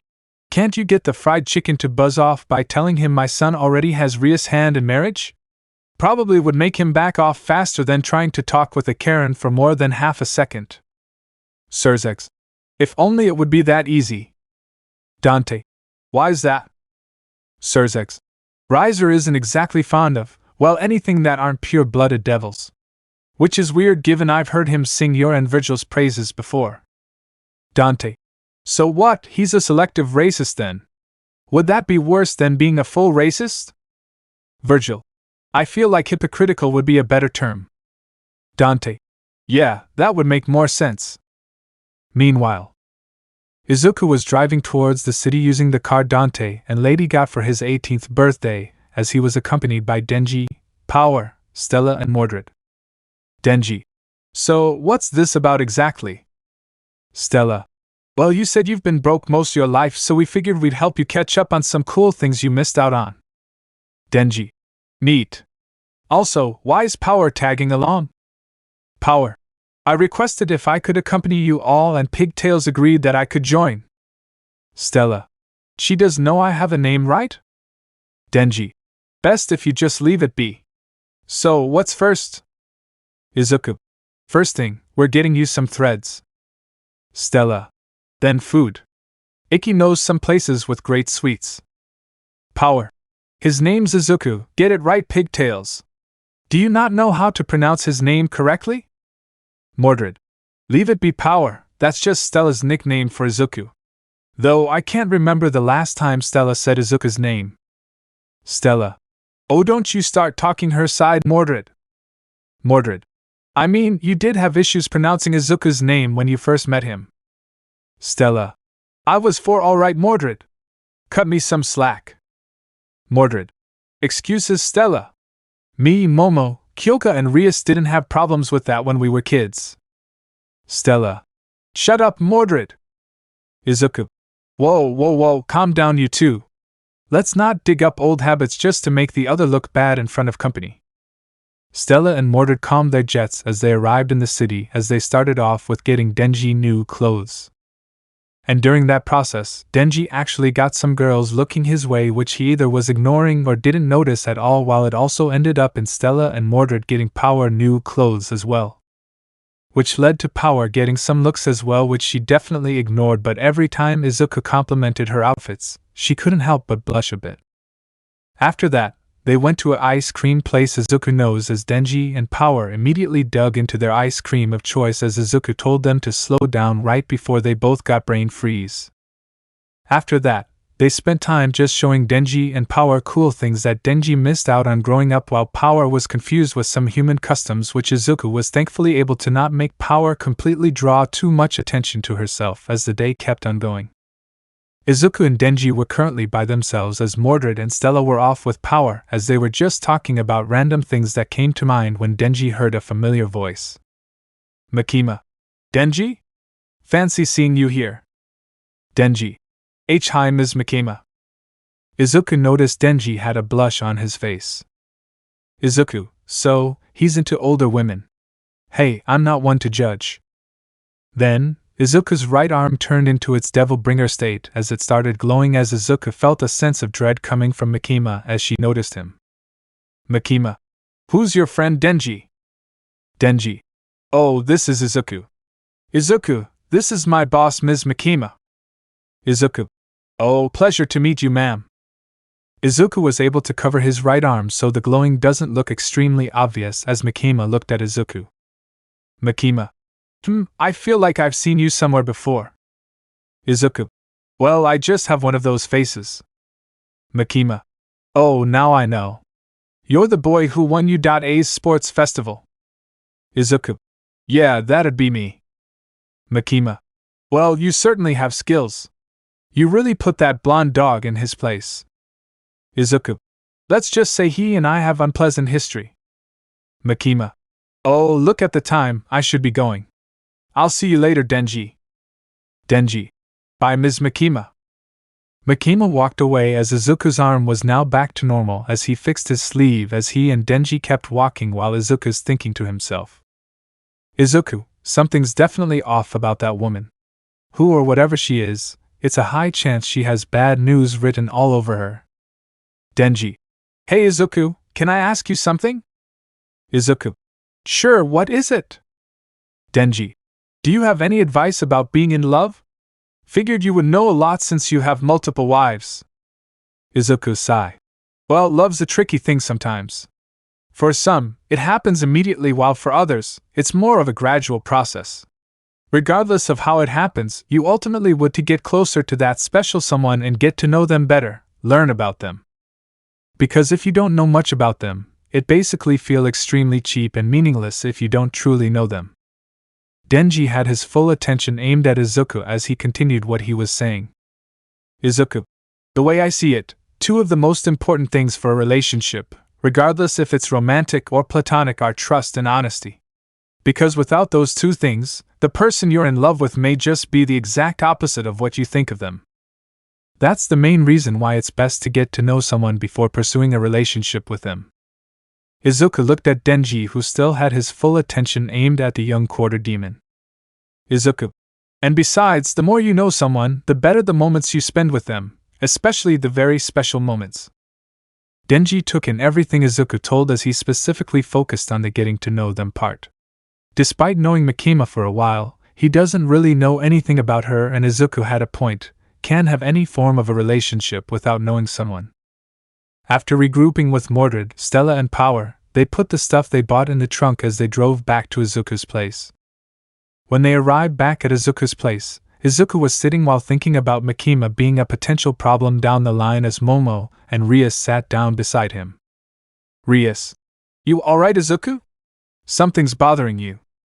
Izuku. Something happened while I was out. Momo. What? You didn't run into Ida again, did you? Izuku. No, I didn't. Rias. Well, what happened? You're looking pretty grim and it doesn't look like for you. Izuku. I ran into Denji's boss Makima while I was out. Momo. Sounds like there's a but coming. Izuku. My devil bringer acted up again. She was far calmer than I thought was possible, and there was something about her yellow eyes that made me shiver. And Denji's got an obvious crush on her. So either I'm being extremely paranoid or she's up to some shady stuff and has Denji, Aki, and Power all wrapped up in it. Suddenly, they saw Melty hovering around using her water quirk, which shocked them. Melty. Look, Papa Mamas, I can float with my quirk. Auntie Sona helped me learn some new tricks. Izuku smiled as he jumped up and grabbed Melty, which made Momo and Rias smile. Izuku. That's awesome, Blueberry. Just be careful with that, alright? Melty. Alright, Papa. Izuku smiled as he ruffled Melty's hair, as he saw Sona watching with a smile on her face as Izuku smiled back. Izuku. Thanks for helping Melty out with her quirk, Sona. Sona. Well, she asked nicely. And I can't say no to my little nieces. Melty smiled as the other little beans ran to hug Melty, which Momo made sure to take a picture of due to how precious it was. After a bit, Denji, Aki, and Power decided that it was time for them to head home as Rias used a magic circle to teleport them to their apartment as Izuku and his wives sat down. Rias. Oh, I should tell you guys, I'm planning on my peerage to visit you guys at UA in a few days. Kyoka. Oh, that'll be interesting. Mordred. Oh, definitely. Rumi. I'm willing to bet 1,500 yen that Izuku ends up beating someone's ass. Stella. He probably will. Izuku. Heads up, Rias, you should have Gasper wear the boy's uniform. Rias. Why? Izuku. 'Cause we have 3 perverts in our class who hit on anyone who remotely looks like a girl. Rias. I'll do that. Thanks for the heads up, Izuku. Izuku. No problem. Izuku smiles as he stood up and looked out the window as Mordred walked beside him. Mordred. You alright, Izuku? Izuku. I have a feeling things are going to get extremely messy soon. Mordred. Well, whatever it is, we'll face it together. Izuku smiled at Mordred as they held hands and looked out the window together. Izuku. Alright, Miss Makima, let's see what your plans are. Dante and Virgil were waiting in the office with their parents, Lady, Virgil's wife Kat, as they were waiting for one more person as said person arrived, that being Mordred's mother Artoria. Artoria. Sorry I'm late. Did I miss anything? Dante. No, we were waiting for you to get here. Artoria sat down with the others as Dante and Virgil told them what Surzex told them about the sudden rays of demons acting mad out of nowhere. And after telling them what they were told, they said to discuss. Kat. So, there's been demons suddenly going mental in the underworld recently and Surzex thinks the control devil is behind it? Dante. Well, there's no hard evidence to prove it, but he's pretty sure that's the case. Sparta. Well, Surzex is definitely on the money with that guess. I've seen the control devil's powers up close once before, and let me tell you, her powers are so strong, she's made good people I've met over the years do things they would not have done of their own free will. Virgil. When was the last time you battled the control devil, father? Sparta. Around 100 years ago, give or take. Artoria. And what if that's not the case? Not that I'm saying Surzex is definitely wrong, but there's a chance he could be. Sparta. I don't blame you for being skeptical given the lack of solid proof, Artoria, but when Surzex has a hunch, he's normally right and I trust his judgment. Not only being one of the Devil Kings but also being one of my best students in history. Virgil. Anyway, Surzex asked Dante and I to be on standby in case more of these attacks continue to occur. Dante then felt his phone vibrate as he pulled it from his pocket as saw he got a text from Izuku. Izuku, Dad, I bumped into this woman not too long ago. Name's Makima and she's a public safety demon hunter and is Denji's boss. And my devil bringer went nuts when I was around her, so I think she's bad news. Try to see if you can dig up anything on her. Dante had a look of intrigue on his face as Lady took notice. Lady. Dante, what is it? Dante. Izuku, he gave me a heads up on a woman named Makima, and he told me she's Denji's boss. Artoria. Denji, isn't he that boy who can turn into a chainsaw demon I heard about from Mordred? Dante. Yeah, that's the one. Sparta. Artoria, did you say this boy turns into a chainsaw demon? Artoria. Yeah, why? Sparta. I see, interesting. Chainsaw Devil, can it actually be him? Sparta was in thought as Dante got another message from Izuku, which was a picture of Mikima he was able to quickly take as Dante opened the picture and put his phone on the table for everyone present to see. Eva. Oh, she looks normal. Aside from the freaky-looking eyes. Cat. Anyone else feeling some kind of dread just by looking at the picture? Artoria. Now that you mention it, Cat, I do feel a bit of uneasiness right now. Dante. Okay, she's either got weird contacts, a freaky quirk, a sacred gear, some kind of magic, or is a demon or a fallen angel. That is definitely not natural for a human. Virgil. Agreed, Dante. Something is definitely not natural about that woman. Meanwhile, Izuku was trying to sleep, but something was keeping him from falling asleep as he got out of bed and headed downstairs as he got some water to drink.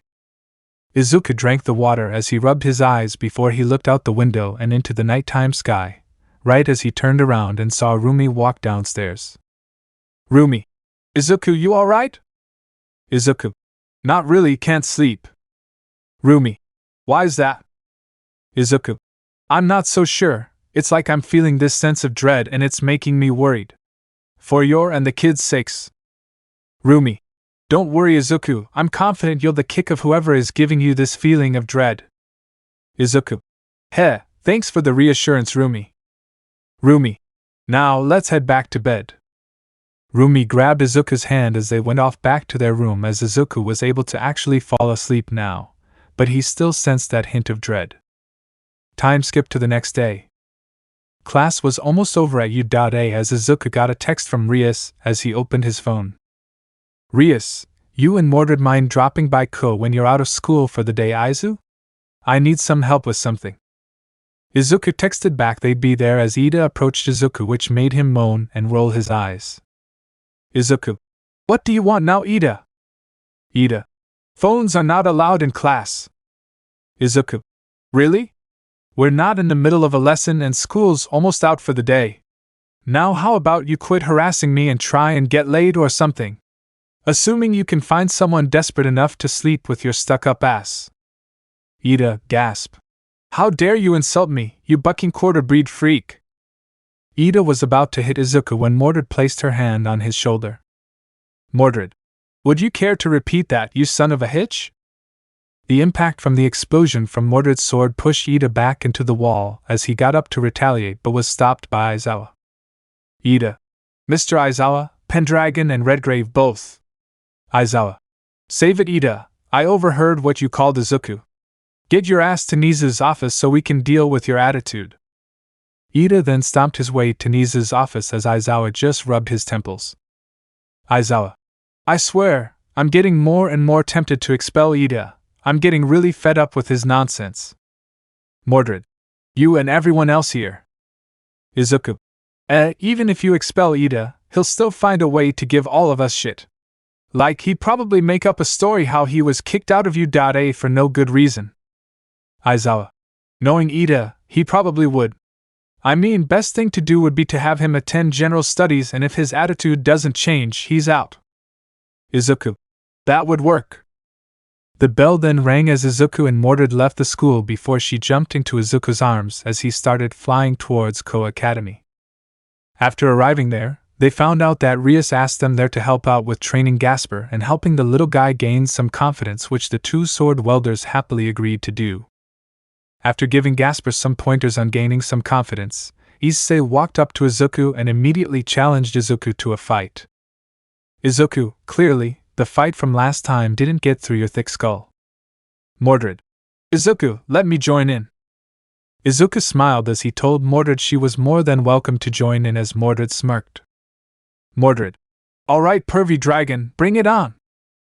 Izuku and Mordred drew their blades as Issei activated his boosted gear and rushed towards the two, but Izuku moved out of the way as Mordred dodged Issei's attack and punched him right in the gut, hard. Issei held his chest in pain as he dropped to his knees right as Mordred jumped up and kicked him in the face. Kaneko. You'd think he'd learn after the last time he got his ass kicked. Kiba. Yeah, stubbornness can be a hell of a thing. And Izuku and Mordred are two of the most stubborn people I've ever met. Aside from Rias. Rias. Hey. Akino. Kiba had a good point, Rias. Asia. Should we be worried if someone hears the fight and comes to see what's happening?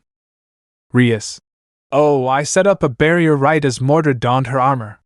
Far as everyone else on the other side is concerned, nothing is going on. Asia. Oh. The others turned their attention back to the fight as Issei was throwing punch after punch at Izuku, which he just dodged all of them. Izuku. You know, maybe if you spent more time training instead of looking at porn mags, maybe you'd actually land a hit. Issei. Shut up, it ain't easy hitting a moving target. Izuku. Maybe for you, I hit moving targets all the time. Izuku caught Issei's fist as he kneed him in the gut before headbutting Issei to catch him off balance right as Mordred jumped in and delivered a spin kick to Issei's face. Mordred. Come on, Red Dragon, put up more of a fight. Then, to Mordred's surprise, Issei managed to catch her off guard as he tripped her up and kicked her away as he fired a blast from his boosted gear at Izuku as he prepared himself as he held up his arms to block. The dust from the explosion then dissipated as Issei saw Izuku looking up in the air as his body was flinching a bit, as he immediately had a cocky grin on his face. Issei. Feeling a little sore, are we? Izuku. Nope, not really. Izuku. Actually, that little treatment of yours helped with the crick in my neck that's been bothering me. Issei. Grrrr, cocky bastard. Izuku smirked as he then turned around and pointed at the back of his shoulder. Izuku. Yo dragon, this may be a bit much to ask, but can you do my backside too? Issei then ran towards Izuku as he started using his boosted gear's boost ability, as he kept getting stronger every 10 seconds, which made Izuku smirk. Izuku. Alright, this is getting interesting. Issei threw a right hook at Izuku, which he just jumped over the punch and landed right on the boosted gear. Izuku. Not a bad gauntlet if I do say so myself. Feels pretty sturdy. Izuku then jumped off Issei's arm as he also kicked Issei in the face on the way down. As Issei was off balance, Mordred took that to her advantage as she rushed towards him, bashed her fist into his face, making Issei more off guard as he tried landing a hit on Mordred while in a haze, which Mordred dodged, then hit Issei in the chest with the bottom part of her sword's hilt. Issei was then able to recover as he punched Izuku in the face, which barely made him flinch right as Izuku and Mordred both punched Issei in the face, which led to the two tag-teaming Issei. Kaneko. Wow, they're really going to town on him. Rias. You think that's brutal? You should see their parents in action. They really do not mess around when they're serious. Izuku then kicked Issei back as Mordred rushed him and started juggling Issei in the air using her sword. After Issei hit the ground, Mordred went to attack Issei. Issei was able to block Mordred's strike as he was able to throw Mordred into Izuku, which definitely surprised the two. They then got up as Izuku charged towards Issei and the two devils started throwing fast, rapid-fire punches towards each other. The clash between Izuku and Issei eventually ended with the two flying away from each other right as Issei flew towards Izuku and was able to get on a solid hit to Izuku's face, which made him stumble back a bit. Izuku. Not bad, you're not nearly as hopeless as I thought you were. Kind of a shame, you'd make a hell of a friend if you were a decent person. Issei. Yeah, you're right. That comment definitely took everyone completely off guard and definitely confused when suddenly, Issei started screaming in pain as he grabbed his head. Mordred. The hell? What's going on? Izuku. How should I know, Mordred? Issei. I'm done letting you control my life. Mordred. Wait, what? In Izuku and Mordred's confusion, the rest of the ORC ran over to see what was happening. Asia. Issei, what's happening to you? Issei. Stay away from me, Asia. God damn it, this hurts sis. Issei then dropped to his knees as he continued writhing in pain as demonic energy started appearing around him. After a while of Issei screaming in pain while the others were scrambling to find a way to help him, a cloud of darkness was ejected from Issei as he fell onto his hands and was sweating like crazy and was breathing heavily. Rias. Issei? Issei pants. I did it. Finally, I'm free from him. Issei jumped up and did a little celebration as everyone was confused by Issei saying he was free. Izuku. Whoa, what do you mean you're free? Mordred. Were you possessed or something? You could say that. Everyone frantically looked around to see where the new voice was coming from as the darkness that was ejected from Issei started taking physical form, which ended up being a more dark, shadowy version of Issei. Kaneko. Great, now there's two of him. Shadow Issei. I got to hand it to you. I didn't think you'd actually be strong enough to overpower me, let alone force me out. Rias. Issei, what's going on here? Why are there two of you all of a sudden? Shadow Issei. Oh right, this is the first time all of you get the unfortunate pleasure of meeting the true, weak me. Kiba. True Issei? What does that supposed to mean? Shadow Issei. Oh right. You really have no idea, do you? Did you all think he was always like this, because he wasn't? Everyone looked at Issei, who was looking down at the ground with shame and regret as he started explaining everything. Issei. He's right. I wasn't always this way, though I don't blame any of you for thinking that. I never liked peeping on girls in the first place, but that's ultimately how people saw me, all because of a girl I had a bit of a crush on back in middle school. One day, completely out of the blue, she started telling everyone that I was peeping on her for the past couple weeks and that I tried to force myself on her when in reality, I wasn't, but even the people I thought were my friends ended up taking her side instead of mine. And that's when I was labeled as a pervert by everyone. Everyone was pleasantly surprised by what Issei was telling them, as they could tell he was telling the truth. Issei. But instead of trying to overcome that label, I was weak and ended up trying to embrace it, which led to me meeting Matsuda and Madahama, and after a while points at Shadow Issei, he appeared in my mind one day and completely took control, making me dormant. I hated every moment of him controlling my life, and I hated being a pervert. Shadow Issei. Ha, but I loved every minute of it. Let's just face it, women are nothing more than cheap bores that lie, cheat, and only care about themselves. And you've been lied to by girls 3 times. First was that hitch who led to my birth, the second was Rainier, pretending to love us, and third was Rias and Akino never telling about their marriage. Issei. Shut up! I'm done listening to you! Issei then got hit by a blast from Shadow Issei as he went flying into a tree as Shadow Issei grabbed him by the head. Shadow Issei. I have to thank you, Issei. Now that I'm out, I'm no longer held back by you, and I'll finally become the Harem King. Shadow Issei then started beating the crap out of Issei when Mordred and Kiba both suddenly slashed Shadow Issei across his back, which led to Issei being thrown into Kiba as Shadow Issei rushed Mordred, bashed her face against his knee and blasted her away as he rushed Izuku and pinned him on the ground. Shadow Issei. After I complete destroy you, douche nozzle, my harem will start with Rias, Akino, Kaneko, that ponytail chick and the bunny hitch. I'll be generous and let you keep the 2 ironing boards and those little brats.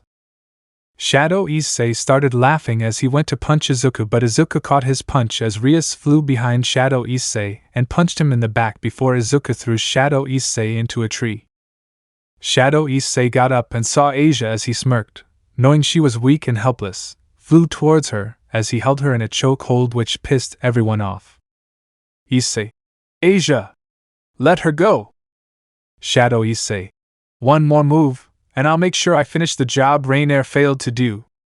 Rias was about to teleport behind Shadow Issei when he was suddenly frozen in place as everyone turned to see Gasper using his powers, as Asia thought quickly and kicked Shadow Issei in the hick as she ran towards Izuku and Issei and got behind him as Gasper stopped using his powers as Shadow Issei dropped to his knees. Shadow Issei. Buck! That really hurt! I'll destroy all of you! Shadow Issei tried to get back up when Issei ran towards his shadowy double and punched him through the chest with his boosted gear as Shadow Issei gasped for air. Shadow Issei. Did you not think this is the last time we meet, Issei? You can never escape me. Shadow Issei then faded away as Issei held his fist up in victory as he fell over, but Izuku was able to grab him. Izuku. Easy there. Time skip. Everyone was getting rest after the whole thing with Shadow Issei, as Izuku was going through the whole thing to see if he was missing anything.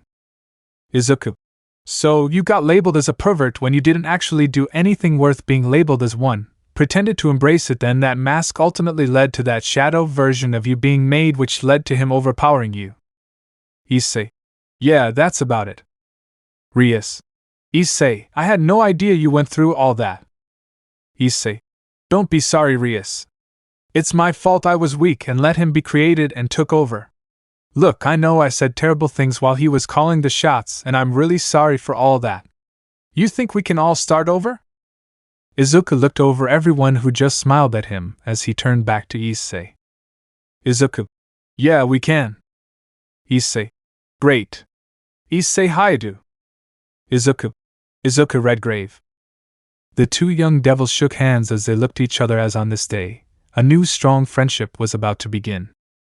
Meanwhile, Denji was out on the town with Aki and Power as he was enjoying the company of his best friends, but he couldn't shake the feeling he was being watched by someone as he looked up into the sky. Aki. Denji, are you okay? Denji. Yeah, I'm fine, Aki. Just feels like someone's watching me. Denji continued walking as far into the sky. A man was indeed watching Denji as he had some kind of wings coming from his back. Val. So, my direct rival, Chainsaw Man and the grandson of Sparta are all in around the same area. This should be interesting. Chapter 11. Denji was looking up at the ceiling while he was thinking back on what Izuku told him about relationships, as he looked over to Aki. Denji. Hey Aki, mind if I ask you something? Aki. What is it, Denji? Denji. Do you really know much about Ms. Mikima? That question from Denji took Aki off guard as he looked at Denji with a raised eyebrow. Aki. What makes you ask that? Denji. Well, I've been thinking about something Izuku told me a while ago, and it made me realize I don't actually know much about Ms. Mikima in the first place. So, I figured you might know some things about her since you've known her longer than me. Aki took a moment to think over what Denji asked as he looked BSCK and ultimately hit a bit of a roadblock. Aki. Actually, I don't know that much about Ms. Mikima myself, Denji. The most I know about her is that she likes Burger King. Denji. Like, in an ironic manner? Aki. No, she was very serious saying she likes Burger King. Denji. Oh. Aki. Yeah. My reaction to learning that was more or less the same as yours, Denji. Denji looked back up at the ceiling as he continued to think about his affection for Mikima, as he was slowly beginning to realize that maybe there's a possibility it won't work out in the long run. Meanwhile, Izuku, Mordred, Rias, and Akino made it back home as they told the others all that went down with Issei earlier in the day. Momo. So, turns out the whole time, Issei has had a kind of spilled personality that was calling the shots? Izuku. Yeah. Kyoka. And said spilled personality / shadow double is now gone and he's good now? Rias. Yeah, that's about it. Rumi. Well, on the bright side, that's one less problem for us to worry about. Mordred. Yeah, that's true. One less possibility of a powerful maniac running around is definitely a positive. Mordred walked to the kitchen to get something to eat while Izuku sat down on the couch as he laid his head against a pillow. Mordred. So, you guys know what happened to Ida after we left? Stella. Oh, he got suspended for 2 weeks and Niza threatened to downgrade him to general studies if he ever does something like that again. Izuku. He really needs to learn to not let his mouth write checks he can't cash. Kyoka. And he really needs to get that stick out of his ass. Momo. Kyo, that would require a surgery to even happen in the first place. Mordred. Like that would ever happen. I think he actually likes having that stick up his ass because it's the only way he'll ever get any kind of action.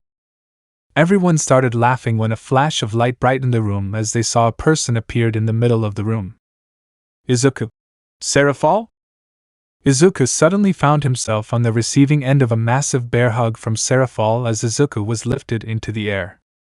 Seraphal. Izuku, it's been a long time since I've seen you. Izuku. Why yeah, it has. Ow, my back. Kyoka. Sometimes, I can't believe she's Sona's sister. Rias. Well, it's not uncommon for siblings to act differently from each other. Take Dante and Virgil, for example. Kyoka shrugged her shoulders as they looked at Izuku getting bear-hugged by Seraphol, which made them laugh a bit. Izuku. Seraphol, not that I'm not happy to see you, but could you let me go? My back is a bit sore. Seraphol. Oops, sorry Izuku. Seraphol put Izuku down as she rubbed his back as Izuku sat back down as Seraphol sat beside him. Izuku. So, how have things been for you? Seraphol. Same as they always have, more or less. Izuku. Nice. Rias. I'm surprised you came to visit us instead of Sona, Lady Leviathan. Seraphol. I figured I'd visit to see little Izuku again. Seraphol started ruffling Izuku's hair, which made him laugh a bit as Mordred sat down beside them. Mordred. He ain't so little anymore. Especially in the downstairs department. Mordred had a faint blush on her face as the beans all came downstairs as they looked at Seraphol as they didn't recognize her as they looked at Izuku for answers. Poka. Who's she, Papa? Seraphol was surprised to hear Izuku has adopted children as Izuku smiled as he put his hand on Poka's head. Izuku. She's your Auntie Sona's big sister, Seraphol Leviathan. All the beans were surprised to learn Sona has a sister as they all ran towards her and gave her a big hug. Little beans. Hi Auntie Seraphol. Seraphol. Aw, they're so adorable. Seraphol was definitely overjoyed to say the least as she hugged the beans back when Alas had a question. Alas? Papa, why haven't we seen Auntie Seraphol before? Rias. That's because she's one of the Devil Kings, so she doesn't have much free time to herself. Moonlight. Alas nodded at Rias as she went back to giving Seraphol a hug, which made her giggle. Izuku. Yep, they definitely like you, Seraphol. You really look like a mother right now. Izuku chuckled as Seraphol blushed at what Izuku said as Momo started to make some food while the little beans were enjoying spending time with their new auntie. Time skipped to the next day. Izuku and Mordred woke up as he gave her a kiss on the cheek before they got dressed and went downstairs as they saw their kids sleeping on top of Seraphol, who was also asleep as Izuku started making breakfast as the others came down. Stella. So, what's on the agenda today? Izuku. Well, me, Mordred and Rias are going to help get Issei into shape. Helps since it's the weekend. Momo. Oh, that won't be fun for him. Izuku. What do you mean? Kyoka. Have you seen some of the training routines you guys do? Are you trying to cripple him? Mordred. They're not that bad, Kyoka. Kyoka. Mordred, most of your parents' training routines are borderline sadistic. Hell, they're able to give Akino a run for her money in terms of pure sadism, and that's saying a lot. Rias. Relax, I'll make sure they don't go overboard with the training. Mordred. Don't bet on it, Rias. Rias. Mordred. Time skip.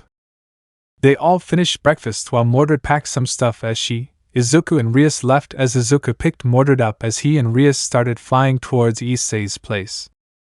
After flying towards Issei's place, Izuku knocked on the door as Asia opened the door. Asia. Izuku, hi. Izuku. Hey Asia, is Issei up? Asia. Yeah, he is, why? Izuku. Told him we'd train him today.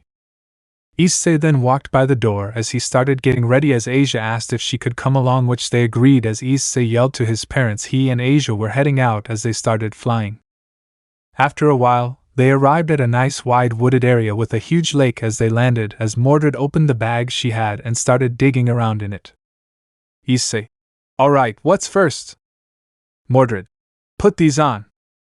Mordred threw Issei a weighted shirt, boots and wristbands as Issei put them on as he had trouble moving around. Issei. How much does these things weigh exactly? Mordred. 30 pounds for the shirt, 50 for each boots and 5 for each wristband. So total of 140 pounds. Issei. You're kidding. Asia. Mordred, don't you think this is a bit too much? Mordred. No, not really. I train like this with my parents on occasion. Besides, if I can handle it as a human, he can handle it as a devil. Anyway, first thing is run around the whole lake 6 times in a row. Issei. Huh? Mordred. Oh, come it, it's not that bad. Issei. I don't think you know how weird it feels running while wearing weighted clothes. Mordred. Just start running before I start kicking your ass to get you moving. Issei. Why yes ma'am. Issei started running around the lake as he had a decent start for a bit until he started getting winded around the time he was just starting into the third lap, but he kept his ass moving. After a while, Issei finally finished all 6 laps around the lake as he fell down in front of the group. Mordred. 35 minutes, not bad but could be way better. Issei. Gym class doesn't seem that bad anymore after that. Mordred. Oh, we haven't even started yet. Issei gulped as 3 hours went by, and in that time, Issei went through lots of intense exercises as well as intense physical training, as by the end, Issei was laying on the ground, completely exhausted. Issei. Holy balls, that was really damn intense. Rias. Surprisingly, those were actually the more tame routines, Issei. Issei. That was tame? Looks at Mordred, are your parents sadistic or what? Mordred. No, they just take training very, very seriously, especially my dad. Asia. Your parents sound interesting, Mordred. Mordred. Oh, they're great. Granted, they can be pretty strict at times, especially my mom, but I love them regardless. Though my mom can be rather intense in certain situations. Rias. Yeah, you would know plenty about that, don't you, Bondage Queen? Mordred blushed as she hit Rias' shoulder while Rias was laughing as Izuku did the same, while Issei looked like he didn't need to hear that, but Asia was completely out of the loop. Asia. What's bondage? Everyone stopped in their tracks as they all looked at each other as they started to panic a bit. Issei. You don't want to know, Asia, trust me. Asia. Okay, Issei. Issei sighed in relief as he took off the weighted clothes as he stretched his arms and legs. Issei. Goddamn, that feels nice. Still, I have to thank you guys for helping me with training. Izuku. Don't mention it. Least you actually showed some initiative to get stronger. Can't say the same for some people I know. Issei. Well, I'm going to do whatever I can do to get stronger. That's the spirit, partner. Everyone was surprised hearing that voice as they all looked around for the source. Izuku. Who the hell was that? Issei. Yeesh, way to freak them out, Drake. The boosted gear appeared over Issei's arm as the gems started glowing as they heard the voice again. Drake. You have to admit, the looks on their faces are hilarious. Issei. Yeah, fair enough. Mordred. Hold up, your sacred gear can talk? Issei. Yeah. Cool, huh? Drake. It's definitely a welcome surprise seeing a descendant of Sparta. Izuku. You know my grandfather? Drake. Indeed I do, a few of my previous welders have encountered him on a few occasions in the past. Izuku. Heh, cool. Meanwhile, Kalina was walking around with Shoto and Achiko as they were all carrying bags filled with supplies for a party. Kalina. Thanks for agreeing to help me out with throwing this party for Izuku. Shoto. Hey, don't mention it, Kalina. Achiko. Yeah, Izuku's helped us out plenty of times before. Only fair if we help do something for him. Kalina chuckled as she turned to look into a dark alleyway as she thought she saw something on the darkness, as for a split second, she saw yellow eyes in the darkness which put her on edge. Shoto. Kalina, you alright? Kalina. Why yeah, I'm fine. Just thought I saw something. Kalina continued walking as she picked up the pace a bit, but not enough to be completely noticeable as Shoto and Achiko followed her. A few hours later. Meanwhile, Dante and Virgil were at Devil May Cry while they were in the middle of doing research on Makima as Kat made them some tea. Kat. Virgil, you and Dante have been at this for an hour now, and you two haven't found much on this woman. Virgil. We'll just have to keep on looking, Kat. Kat. You do know that you can easily meet her if you ask Denji, right? Virgil. Doesn't mean we have some knowledge of her prior to first meeting her. Dante. This may not be relevant, but turns out she likes Burger King. Virgil. Oh lord. She definitely has to up to something shady. Kat. I agree. Who honestly says they like Burger King and that it's good with a straight face? Dante. None in their right state of mind, that's for sure. Suddenly, Surzex arrived using a magic circle as he looked panicked. Surzex. Dante, Virgil, it's happening! Dante. Looks like we're up, bro. Virgil nodded as they got up, put on their jackets, and grabbed their swords as Dante drank the tea Cat made him in one go. Dante. Thanks, Cat, we'll be back in a bit. Dante walked to Surzex as Virgil such sighed and kissed Cat on the cheek. Virgil. This won't take long. Cat. I'll microwave your tea when you get back. Virgil nodded as he walked over to Surzex as he stood beside him along with Dante. Cat. Be careful, Virgil. Virgil. Always am, darling. The three devils then teleported to the underworld as Cat looked at a different image of Makima as she still felt the same feeling of dread as the other picture, as she walked over to the bookshelf as she started looking over the notes Sparta had on the controlled devil. Chapter 12. Izuku was in the middle of some little sparring with Issei while Rias, Mordred and Asia were relaxing and watching the two spar, and Issei has made some decent progress, as now he can handle himself better in hand-to-hand combat than before. Issei then threw a kick at Izuku as he swiftly blocked it with ease as Izuku grabbed Issei's leg and slammed him into the ground before kicking him away. Issei got back onto his feet and rushed towards Izuku as their fists collided, causing a mini shockwave which sent the two back. The two felt like they had enough for the day as they lied down on the ground to rest as they fist bumped. Izuku. Not bad, Issei, you're getting better. Keep this up, you'll be up to snuff in no time. Issei panting. Thanks, man. Oh, thank goodness for demonic healing because my bones would be aching like a motherbucker right now. Mordred. Yeah, that's usually what happens when you aren't getting enough exercise on a good basis. Issei hung his head down and playfully mocked as everyone just rolled their eyes as Izuku playfully hit his shoulder, as Mordred wanted to know something. Mordred. This might be a sore spot, Issei, but you mind telling us a bit about the hoe who basically framed you? Izuku, Rias and Asia looked at Mordred for a second before turning to look at Issei as he took a second before he sighed and started describing her. Issei.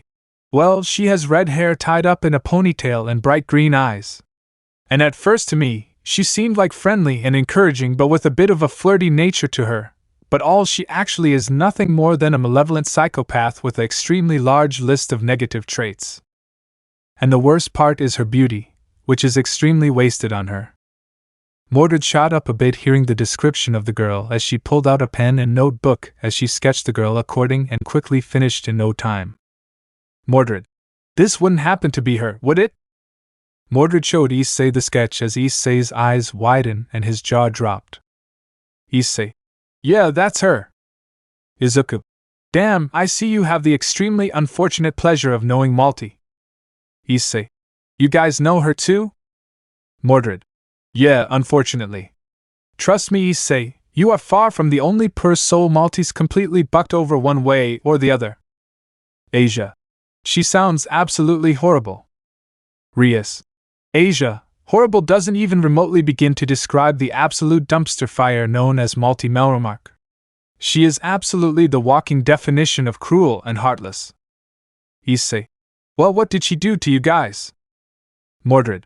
Hitch was absolutely obsessed with Izuku when we were in high school. Issei. What, why? I mean, I get why she'd be attracted to him but obsessed? Izuku. You know how my dad is the strongest devil hunter in the world? Issei. Yeah. Oh, I think I get the picture. Izuku. Yep, the second she found that out, she tried to get with me despite me already dating Momo, Kyoka, Rias, Akino, Rumi and Mordred by then. But that didn't stop her at all, and she's too damn persistent. Rias. The Hitch tried to force Izuku into a Quirk marriage with her. Issei. That's just arranged marriage but more scummy, right? Izuku. Basically. Though it didn't go through for two reasons. The first is my parents immediately vetoed that idea when her father proposed the idea. And the second reason was a technicality. Issei. Because you don't actually have a Quirk, so the Quirk marriage would be null and void, right? Izuku. Bingo.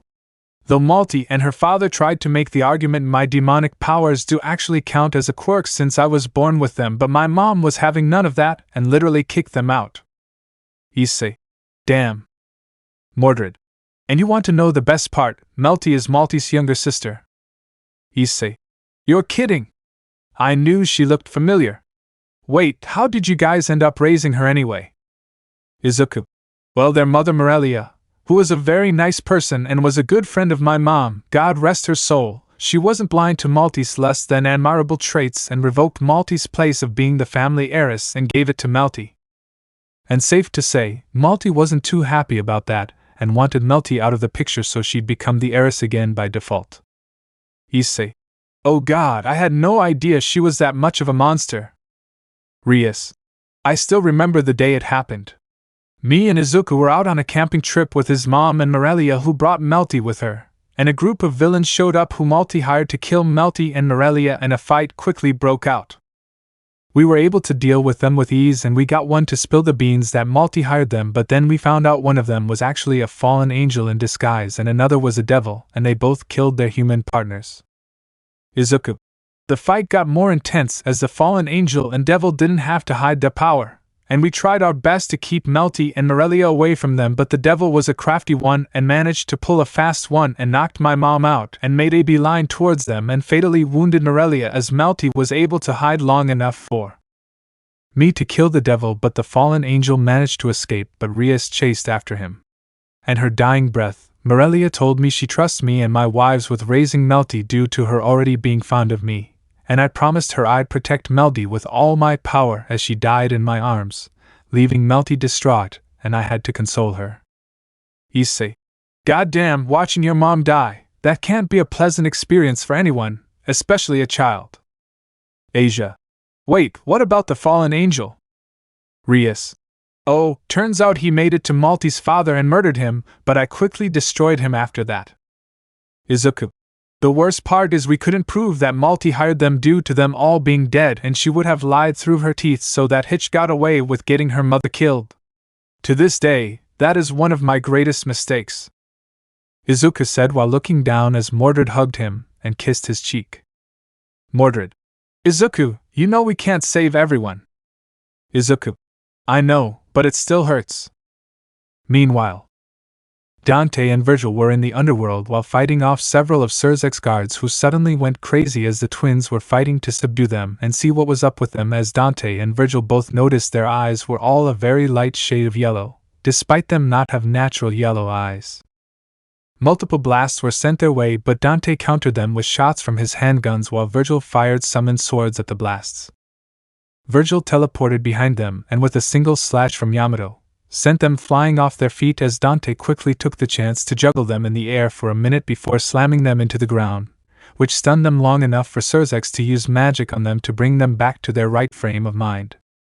Once they regained their proper state of mind, they told Surzek, Dante and Virgil the last thing they could remember before suddenly losing their marbles was being confronted by a devil, and when asked to describe the devil, the description made the three's eyes widen. Surzek. My suspicion was correct. This is the work of the controlled devil. Dante. Well, this got interesting in a not-so-great way. Virgil. Agreed, Dante. We'll have to take our time dealing with her. Otherwise, any moment of weakness could be used to exploit us. Meanwhile, Kat was looking through Sparta's notes, as she found his notes on the controlled devil, as here was a picture of the controlled devil's appearance. Kat then went through all Sparta's notes on the controlled devil, which thoroughly detailed due to her proficiency in mind control. It's best to engage her with a clear and undeterred mind and to not listen to a single thing she says, and that Sparta had watched plenty of good and honorable people fall under her control over the years. Kat. Seems like I'll have to brush up on anti-mind control spells. Have the feeling they will come in real handy. A few days later, Rias and her peerage were at Udade as they were introduced to Izuku's class, which Bakugo wasn't happy seeing Rias again, and she made sure to have Gasper wear the male uniform, and it was a very smart move since Mineta, Kaminari and Ciro all immediately started ogling Rias and Akino, Mineta the most as he threw himself at Rias, hoping to land face first into her breasts, but he found himself getting grabbed by Kaneko as she slammed him into the ground. Stella. That guy really can't keep it in his pants, can he? Momo. Nope, not even close, Stella. Kyoka. Funny, it probably isn't big enough to get out of his pants. Mordred.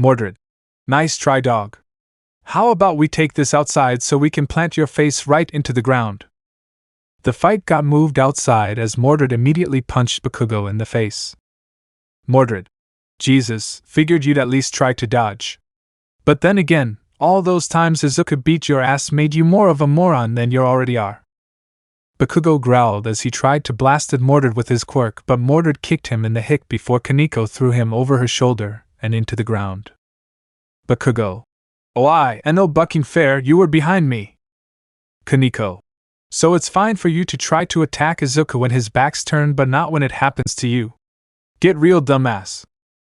Bakugo got up and blasted his way towards Kaneko, but she jumped over him as she grabbed some dirt and threw it into Bakugo's eyes when he turned to face her, as he got hit with multiple slashes from Stella's sword while on fire as Kyoka stabbed her jacks into his back, which made him scream in pain.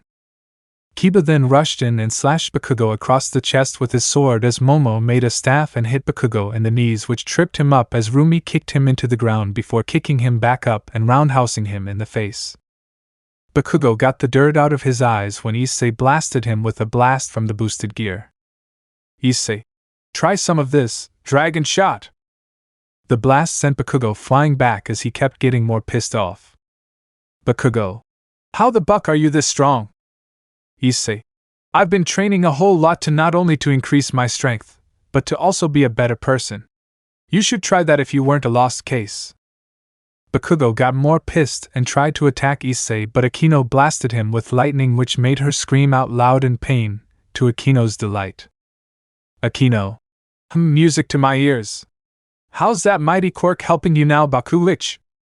Bakugo struggled to get up as he saw Asia and managed to realize she didn't know to fight at all as he made a beeline towards Asia to hurt, but Issei got her out of the way in time as Bakugo was met with Izuku and Rias holding their hands out. Izuku and Rias. Jackpot! They both blasted Bakugo with blasts of demonic energy as he went flying back as he was really beat up as Aizawa saw the whole thing and was impressed with their teamwork as he picked up Bakugo. Aizawa. Always can't help picking fights you can't win. Aizawa took Bakugo to Recovery Girl to recover as the day continued on well as the school ended as Izuku and his family went home as they invited the Peerage to stay over for the night. They all arrived back as the beings who were babysat by Nero all hugged Izuku and were happy to see their aunts and uncles, and they quickly got along with Issei after learning about the whole mess with his shadow double. Granted, it was dumbed down so they would understand better as they all had pizza to eat. Issei. Good God, this is the good stuff. Issei said as he stuffed his face with pizza while Asia was taking her time eating since she's not used to eating pizza but was definitely hooked on it. Kaneko. People who say pizza's awful literally have no taste. Mordred. Damn straight. This is food of the gods. My parents eat this most of the time they hang out with Dante. Though me and my mom have a bad habit of hogging food. Akino. You'd be surprised how much the people in Mordred's family can eat. Rias. It's like they have black holes for stomachs. Mordred. We're not that bad, Rias. Izuku. Mordred, we usually have to make lots of extras just to cover your and Artoria's hungry. Mordred. Yeah, fair enough. Izuku. Hey, I still love you the way you are, Mordred. Mordred. Izuku. Alas. Papa and Mama Mordred are flirting. Izuku and Mordred both blushed as everyone started laughing over how red their faces were while the little beans kept eating while Izuku and Mordred just kept blushing while holding hands and taking the embarrassment well, mostly anyway. Chapter 13. The weekend came around as Izuku was sleeping in as the girls except Mordred were all out with the kids, leaving him and Mordred alone as Izuku woke up and saw it was 10 in the morning. Izuku rubbed his eyes as he sat up, stretching his arms as he saw Mordred at the end of the bed, in her underwear, as she turned around to look at him. Mordred. Morning, my handsome devil. Izuku. Can't remember the last time you walked around the house in your underwear, Mordred. Mordred just giggled as she got on top of Izuku and laid against his chest. Mordred. Well, I have to be decent when the kids are around. Izuku just laughed as he ran his hand through Mordred's hair and kissed her on the cheek. Izuku. God, I love your fiery attitude, Mordred. Mordred giggles. So you've told me, countless times. Izuku. Well, I can't help expressing my love for you all. Izuku smiled as Mordred did too before they leaned closer to each other and kissed. Izuku laid back as Mordred cupped Izuku's cheek while they kissed as she went to remove her bra, but a knock at the door cut their moment short as Izuku and Mordred put on robes and went downstairs to see who's at the door. They arrived at the front door as Mordred looked through the peephole and saw Ibra Shiozaki at the door, prompting Mordred to open the door to let her in. Mordred. Sup, Vines? Ibra. Hello, Mordred and Izuku, I'm not interrupting anything, am I? Izuku. No, but if you're here to see the kids, you're out of luck. They're out with the girls. Ibra. Actually, I'm here because there's something I think you might need to know. Hearing that piqued Izuku's curiosity, as he let Ibra in as Mordred made her some tea and handed it to their guest.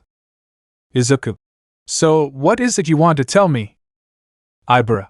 Well, I was out with Itsuka and Setsuna at the mall yesterday, and we came across some rather gruesome. Mordred. Gruesome how exactly? Ibra. We heard some noise from a nearby alley, so we naturally assumed it was either an assault or kidnapping, but what we saw was far worse. Ibra took a moment to regain her composure as she took a sip of her tea, while Izuku and Mordred looked at her with a look of worry on their faces. Ibra. What we saw was something out of a slasher film, humans and demons all spread out, dead, and in the center was this. Ibra pulled out her phone and handed it to Izuku as Izuku and Mordred's eyes widened as they looked at the photo. Mordred. I recognize that. I remember seeing a news report on an armored white dragon a few days ago. Ibra. This might be insane, but I think that's the White Dragon Emperor. Izuku. You're not crazy, Ibara. I have no doubt that is the White Dragon Emperor. I know that because I know the Red Dragon Emperor, and I doubt this is a coincidence. Ibara. You've met the Red Dragon Emperor? How did that happen? Mordred. That's a bit of a weird and long story. Izuku. Yeah, let's leave it at that. Did you happen to see anything else? Ibara.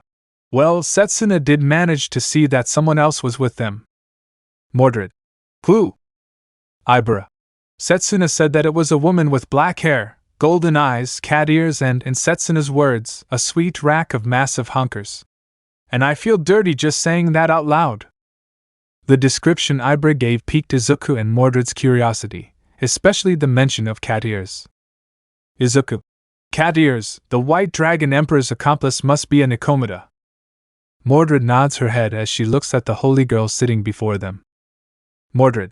What happened after that? Ibara. Well, there wasn't much we could do since dealing with the Dragon Emperor is far above our pay grade, and the damage was already done. So I figured telling you would be the best course of action given your family's reputation. Izuku. Makes sense. Mind giving us some space, Ibara? Ibara nodded as she walked off, giving Izuku and Mordred looked at each other as they both had looks of dread on their faces. Izuku. Well, that was a lot dumped on us. Mordred. Yeah. So, what's our plan? Izuku. Obviously we train, especially crank Issei's training up to 11 since there's no doubt the White Dragon will eventually find him and want to fight him. Mordred. Izuku, we don't know how strong the White Dragon or his accomplice is. Izuku. Which is why we'll all train like crazy, strength in numbers. Mordred. Why yeah, right? Izuku heard another knock at the door as he looked to see Issei at the door, holding a box as he opened the door. Izuku. Speak of the devil, me and Mordred were just talking about you. Issei.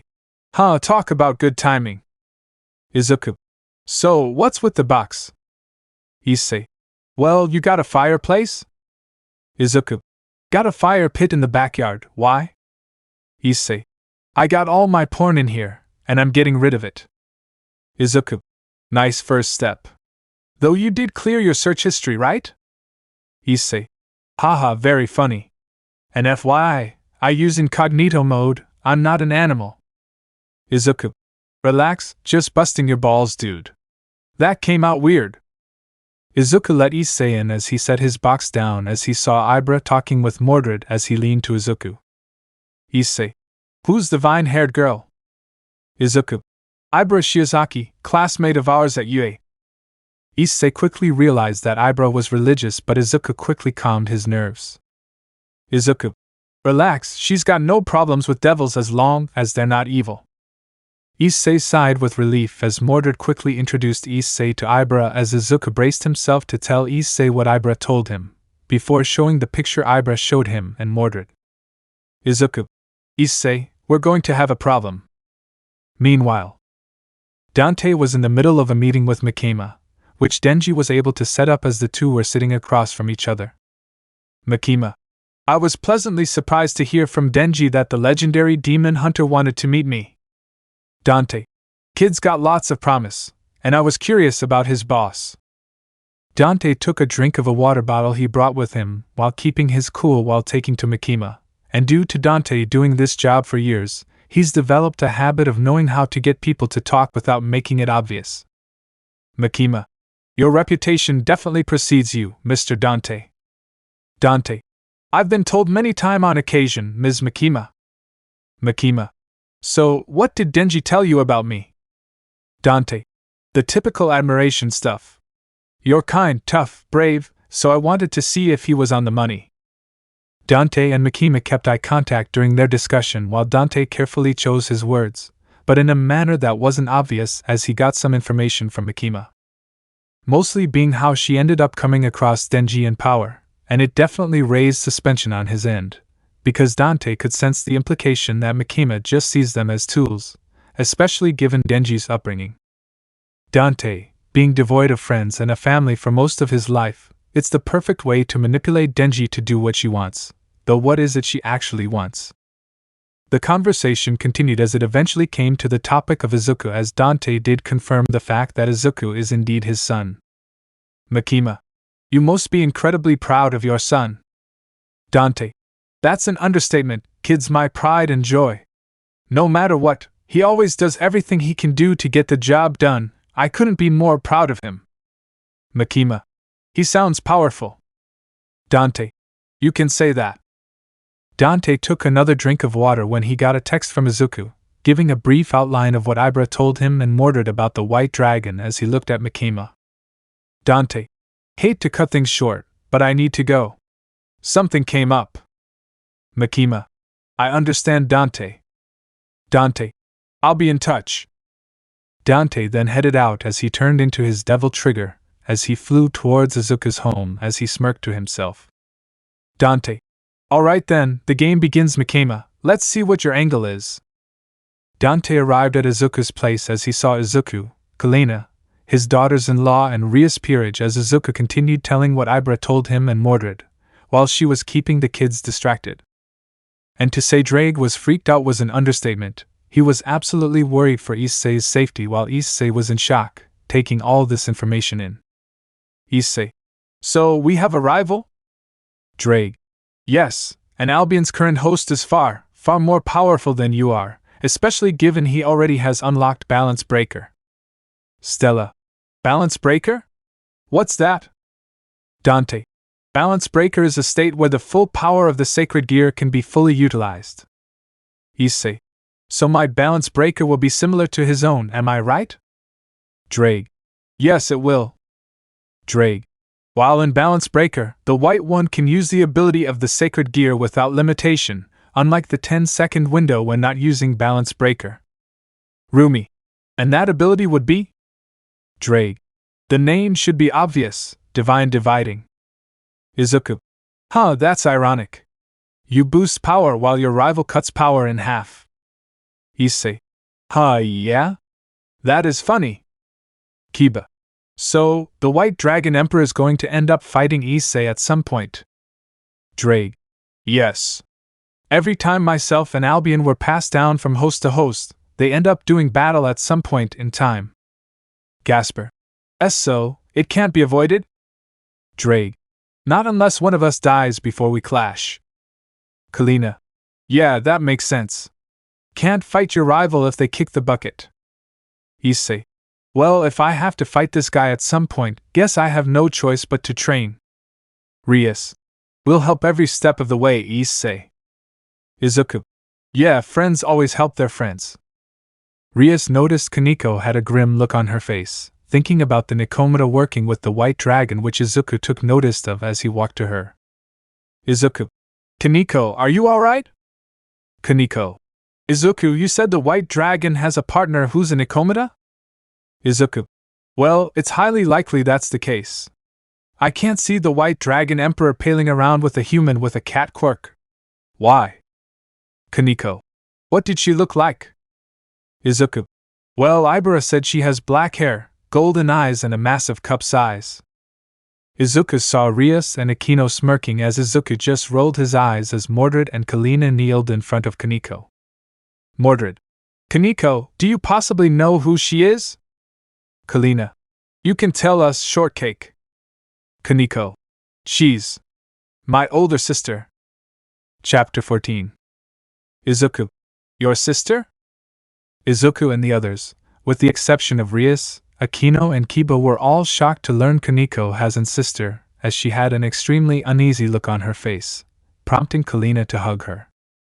Issei, I'm guessing it's an extremely sensitive topic for her? Rias, that's an understatement and a half, Issei. Rias looked at Kaneko, and all she got was just a nod as she turned to the others, while Kalena knew this wouldn't be easy for Kaneko to handle as she left the room with her.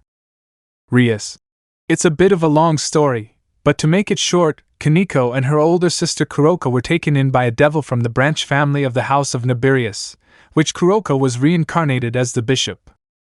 Momo. Sounds normal so far. Rias. Things went normal until one day, Kuroko seemingly let all her power get to her head, leading to her killing her master and resulting in a massive manhunt for her. But it failed and Kaneko ultimately was sentenced to death. Rumi. The hell, why was she sentenced? She didn't do a damn thing. Rias.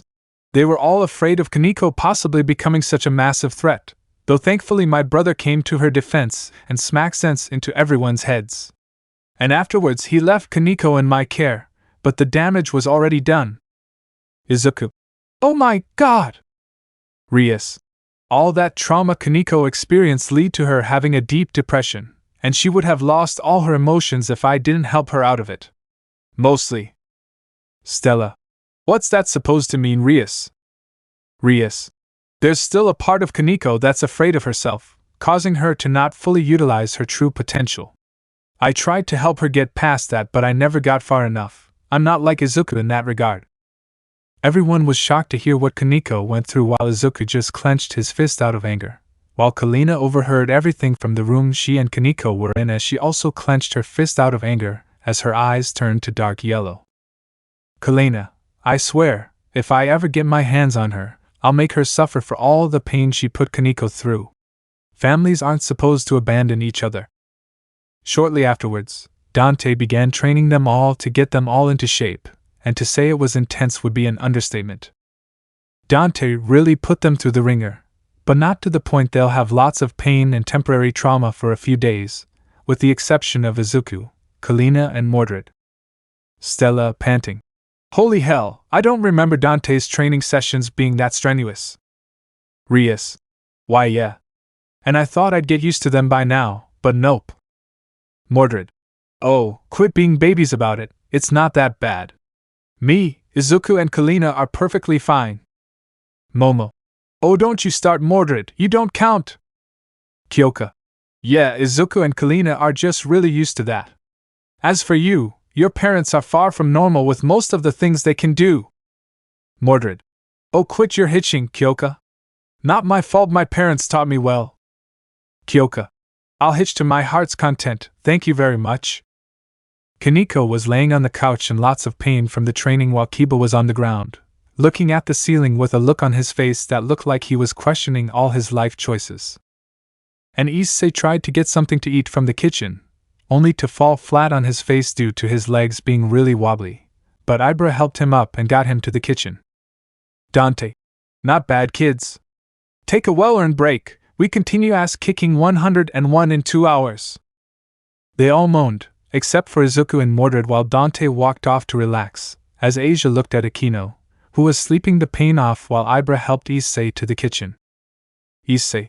Thanks for the help, my legs are killing me. And I thought the training Mordred had me do was brutal. Ibra. I have been told some of the training methods Mordred's parents use are rather intense, for lack of a better word. Issei. You have no idea. Mordred. Oh, quit your hitching, Red. It'll pay off in the long run.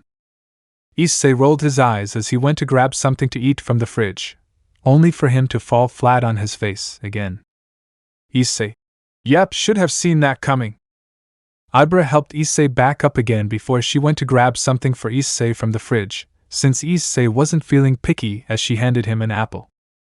Rumi, panting. Izuku, your dad is absolutely unreal. Kalina. Well, Rumi's reached her limit. Rumi flipped Kalina off, making her laugh and return the gesture while Izuku and Mordred got up and decided to take a nap as they headed to their room. They immediately jumped into their bed as they cuddled together before falling asleep together, with Mordred kissing Izuku on the cheek before they drifted off to sleep, as Asia walked in as she pulled the blanket over the two. Asia then looked at their dresser and noticed a bunch of photos. One that definitely got Asia's attention was Izuku and his wives on their wedding day, seeing how happy they all were that day, plus Eri being the cute little flower girl. Another one that caught her eye was of Izuku and Mordred with a blonde boy with blue eyes who she didn't recognize, but she could tell he was very close with Izuku and Mordred, and she also saw a little message on the bottom of the frame. To the bestest friend to ever live. Asia. I wonder who he is. Maybe he's Mordred's brother or something. Back with the others, Issei was having a conversation with Ibra as he basically gave her a very brief rundown of what happened before today. Ibra. So, you basically created a spilled personality after you were framed as a pervert, which hijacked your life for the past couple of years until a fight with Izuku a couple days ago. Issei. Yeah, when you put it on story form, it sounds really insane. Ibara. Meh, I've seen and heard far more insane things. Issei. Yeah, I could imagine. Issei took a bit from the apple he was eating as he and Ibara turned to see Rumi, Kalina, Kiba, Akino and Stella playing Uno, with Rumi holding half the deck. Stella. Pick up for Rumi, and color is now red. Rumi glared at Stella as she picked up 4 more cards, while Kiba and Kalina were laughing. Rumi. I hate this bucking game. Kalina. You need to know when you play your hand, Rumi. Akino. Which you're not good at doing most of the time. Rumi. I would, if I wasn't constantly getting bucked over by you guys stacking draw 4 cards, and always ending the stacking on me. Stella. Hey, don't hate the player, hate the game. Rumi. I'll hate the damn game all I want. Kalina. Okay, calm your tits, chocolate bunny. Rumi blushes. Don't call me that. Akino. Yeah, Kalina. Only Izuku can call her that, preferably when his head's between her chocolate thighs. Kalina, Stella, Akino and Kiba started laughing their asses off as Rumi was blushing bright red, while her ears were covering her eyes. Issei. They always act like this. Ibara. More or less. And a heads up, make sure you always knock when Izuku's with his wives, especially when he and Mordred are alone together. Issei. Do I even want to know why I should? Ibara. Let's just say Izuku and Mordred get rather passionate and heated when they're alone together. Issei. I'll keep that in mind. Ibara. Trust me, that will save you mental scaring. Issei. I've been killed before, I think I'd handle it. Momo. No, you can't, Issei. Mordred's into extremely weird and kinky stuff. Kyoka. Mordred even has a diary that's filled with ways to seduce Izuku. Issei. I retract my statement. Ibara giggled a little bit as she and Issei turned and saw Eri doing a little spin while smiling. Issei. Gah, how is that kid so damn cute? Ibara. I don't know, one of God's greatest mysteries. Ibara and Issei both chuckled when they saw their hands were almost touching as they pulled their hands back, while both faintly blushing. Meanwhile, Dante was doing some work at Devil May Cry when the phone started ringing as he answered. Dante. Devil May Cry. Oh, sup rat god? Dante's ears perked up over what Nisa told him over the phone as he stood up from his chair. Dante. That's so? I'll be there in 15, see then Nisa. Dante hung up before dialing his father's number while he looked at his sword. Dante. Dad, I think we just got a lead. Chapter 15. Dante and Sparta arrived at Nisa's home as the rat god invited the 2 legendary demons inside, and made some tea for them as they sat down. Sparta. So, what is it you wanted to tell us, Nisa? Nizu. Well, I came across something that you 2 should be aware of. Dante. And that would be? Nizu. Well, it seems like that the public safety devil hunters are gathering pieces of the gun devil. Sparta. What? That can't be possible. I killed the gun devil years ago with my bare hands. How could there be enough pieces to be collected? Nizu. I'm not fully sure about that, Sparta. Though if I had to guess, the gun devil must have exploded after you killed it. Dante. There's what I'm confused about. What's the point of gathering pieces of the gun devil when it's not in the picture anymore? Sure, it could be passed off as making sure any demons can get a free power boost, but there has to be more at play here. Nizu. I completely agree with that, Dante. It could be possible a planned resurrection of the gun devil is being planned and they're gathering the pieces to find the body. Sparta. Who in their right mind would want to revive that mindless lunatic back to life? Not even Mundus himself would entertain the idea of having the gun devil as a minion. The most important thing Mundus sought in his followers was loyalty, any sign of treachery and they're dead. Nizu. Seems like we should keep an eye on Makima. Dante and Sparta both nodded their heads in agreement before leaving Nisa's home, thanking him for informing them about the matter. Sparta. Well, this is quite troubling. Dante. You got that right, Pops. And I thought this Makima chick was already sketchy enough, but this just raises huge red flags. Sparta. You're right, son. If there is a possibility that the gun devil is being revived as Nisa suggested, or something else is at play, we can't sit around and do nothing. Dante. So, what's our plan? Sparta took a moment to consider how they should go about this before looking at his youngest son. Sparta. Let's play it slow for now, gather information before definitely making a move. Dante. Makes sense, I'm sure Big Red might know if something fishy is going on. Sparta. Fair point, though he does have his hands full with this nonsense with Riser. Dante. Again, why not just tell the walking fried chicken that Rias is already spoken for? Would have saved a lot of headaches. Sparta. You honestly think knowing about Rias' marriage to Izuku would stop him, especially with that ego? Dante. Alright, fair enough. Just saying, anything is possible, especially with the world we live in. Sparta just chuckled and nodded in agreement as they continued walking, before arriving at Izuku's home as they heard some arguing from the living room, seeing Kiba, Rumi, Asia and Kaneko playing Mario Party 1 while Izuku and Mordred were cuddling on the couch. Izuku. Oh, hey Dad and Grandpa. Dante. Hey kiddo. Rumi. I swear to God, Kiba, I will beat your ass into next week if you land on chance time one more time. Kiba. Don't hate the player, hate the game, Rumi. Rumi.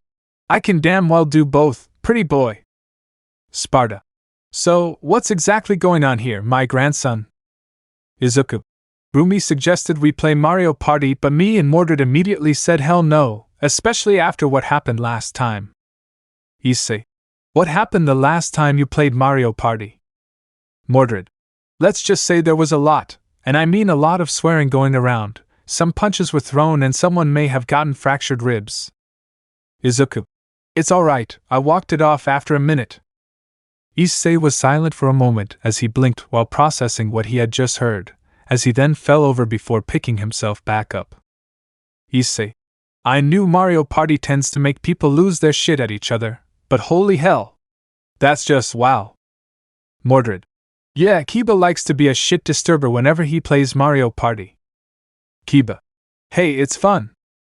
Mordred just flipped off Kiba, who had a smug smile on his face as Dante and Sparta just chuckled, before the two sat down to watch the inevitable chaos.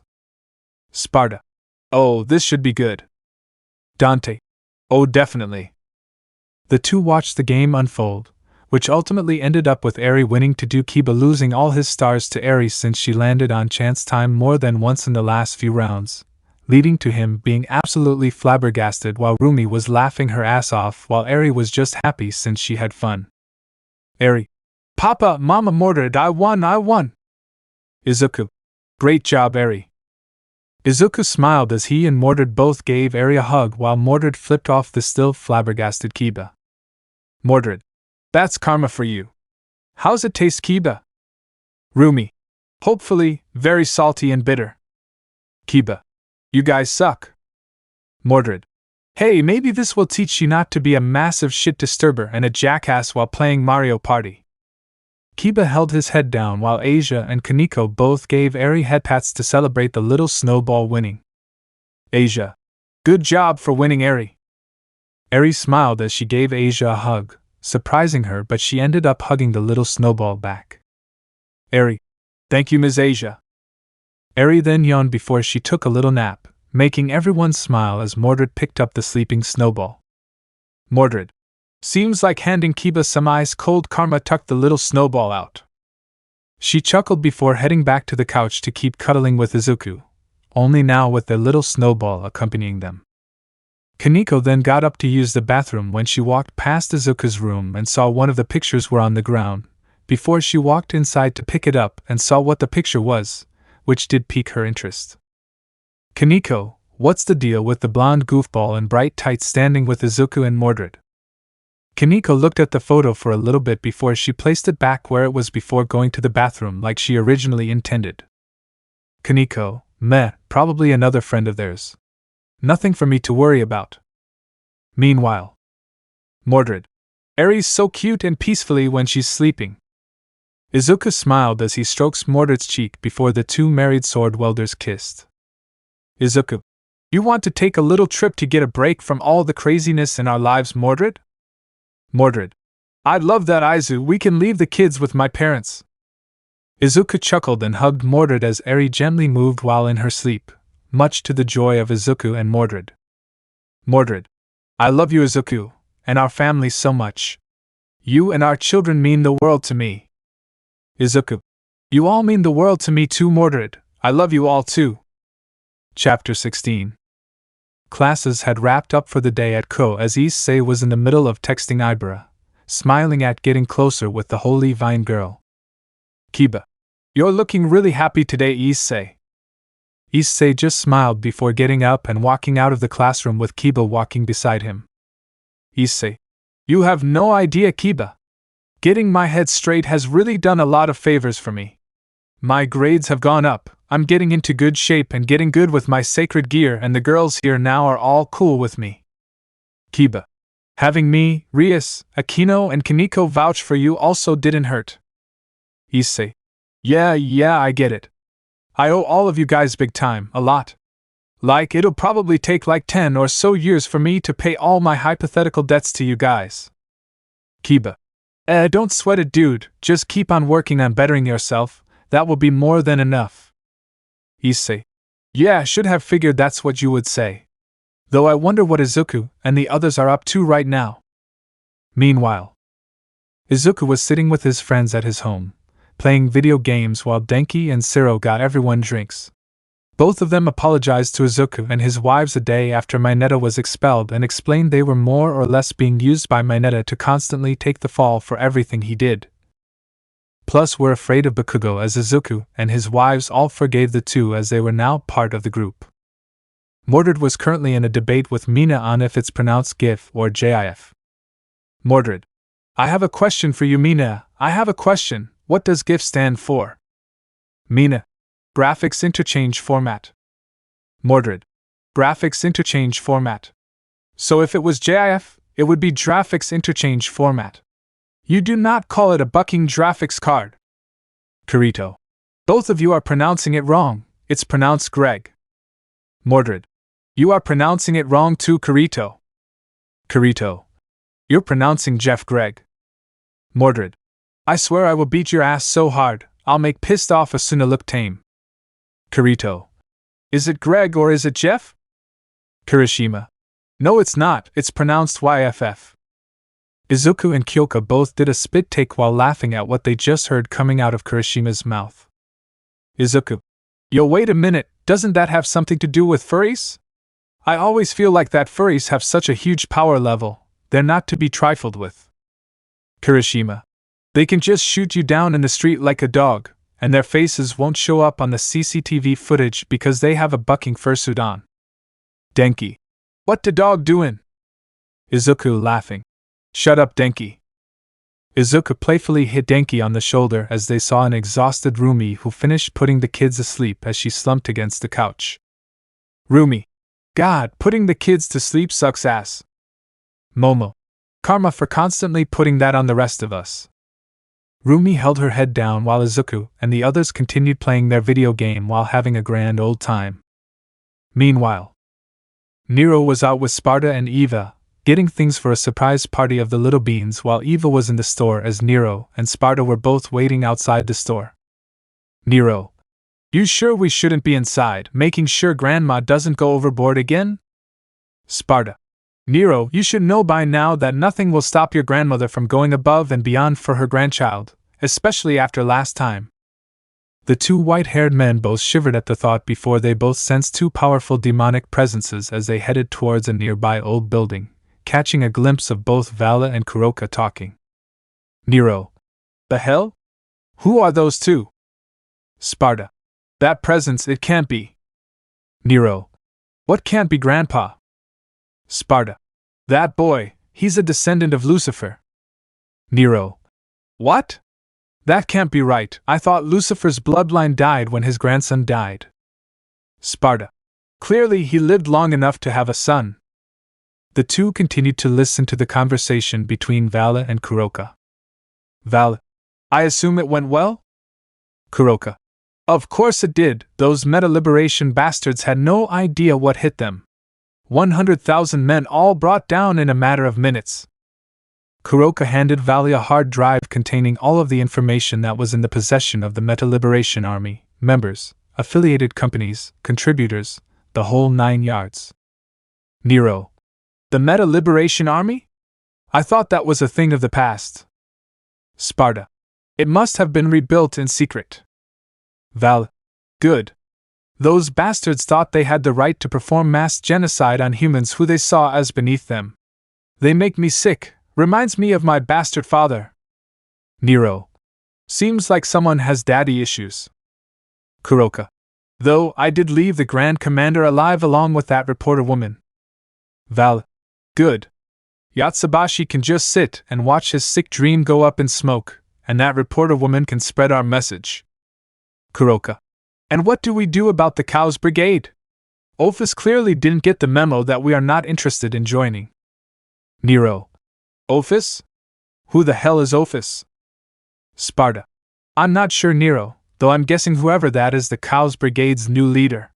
Though I was under the belief I wiped the Cows Brigade out. Val.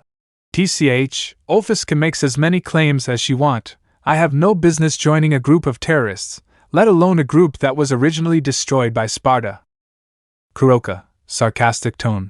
Because you're fine with murder but draw the line at terrorism. Val. Only those who deserve it. Kuroka. Just pulling your leg. What so we do about the boy who possesses the chainsaw devil's heart? Val. Keep a close eye on him. It's obvious that poor kid has no idea what he's got himself involved in. Kuroka. Odd, I recall you being excited to fight the chainsaw devil. Val. I am, but I want a fair clean fight with no risks to either of our lives. Kuroka. Fair enough. And as for the Red Dragon Emperor? Val. Leave him be for now. I want to see how strong he will get on his own. They then saw Sparta and Nero reveal themselves as Vala couldn't believe that he was actually seeing Sparta in person. Val. The legendary Dark Knight, it's an honor to meet the strongest pure-blooded devil to ever live. Sparta looked at Vala as his eyes widened in shock and surprise. Sparta. You're half human. I never would have expected Lucifer's grandson to mate with a human. Val. TCH, that bastard only did that to have a powerful child. Sparta. You poor child. Nero had his eyes locked on the two as he went to grab Blue Rose while keeping it behind his back, charging up a shot. Nero. What are you two up to here? Kuroka. Where would the fun be if we just up and tell you that? Sparta. I wouldn't test our patience if I were you, young lady. Stand down and we can talk this through. Val. As much as I'd like to talk with you, Lord Sparta, we have things to do. Nero. We ain't asking, pal, you are coming with us. Sparta saw Kuroka quickly place her hands in front of her before blasting energy blasts at Sparta and Nero, as they both fired their own shots from their guns which collided with Kuroka's blasts. Nero then drew Red Queen before rushing towards Vala and Kuroka, only for them to teleport away before Nero could land his attack on either of them. Nero. Damn it! Sparta. Well, this just got more complicated. Let me know in the comments below if you guys want the next part. Also check out my other video that has been shown and left. Thank you for watching. If you enjoyed this video, please like and share this video. And have a fantastic day. Bye.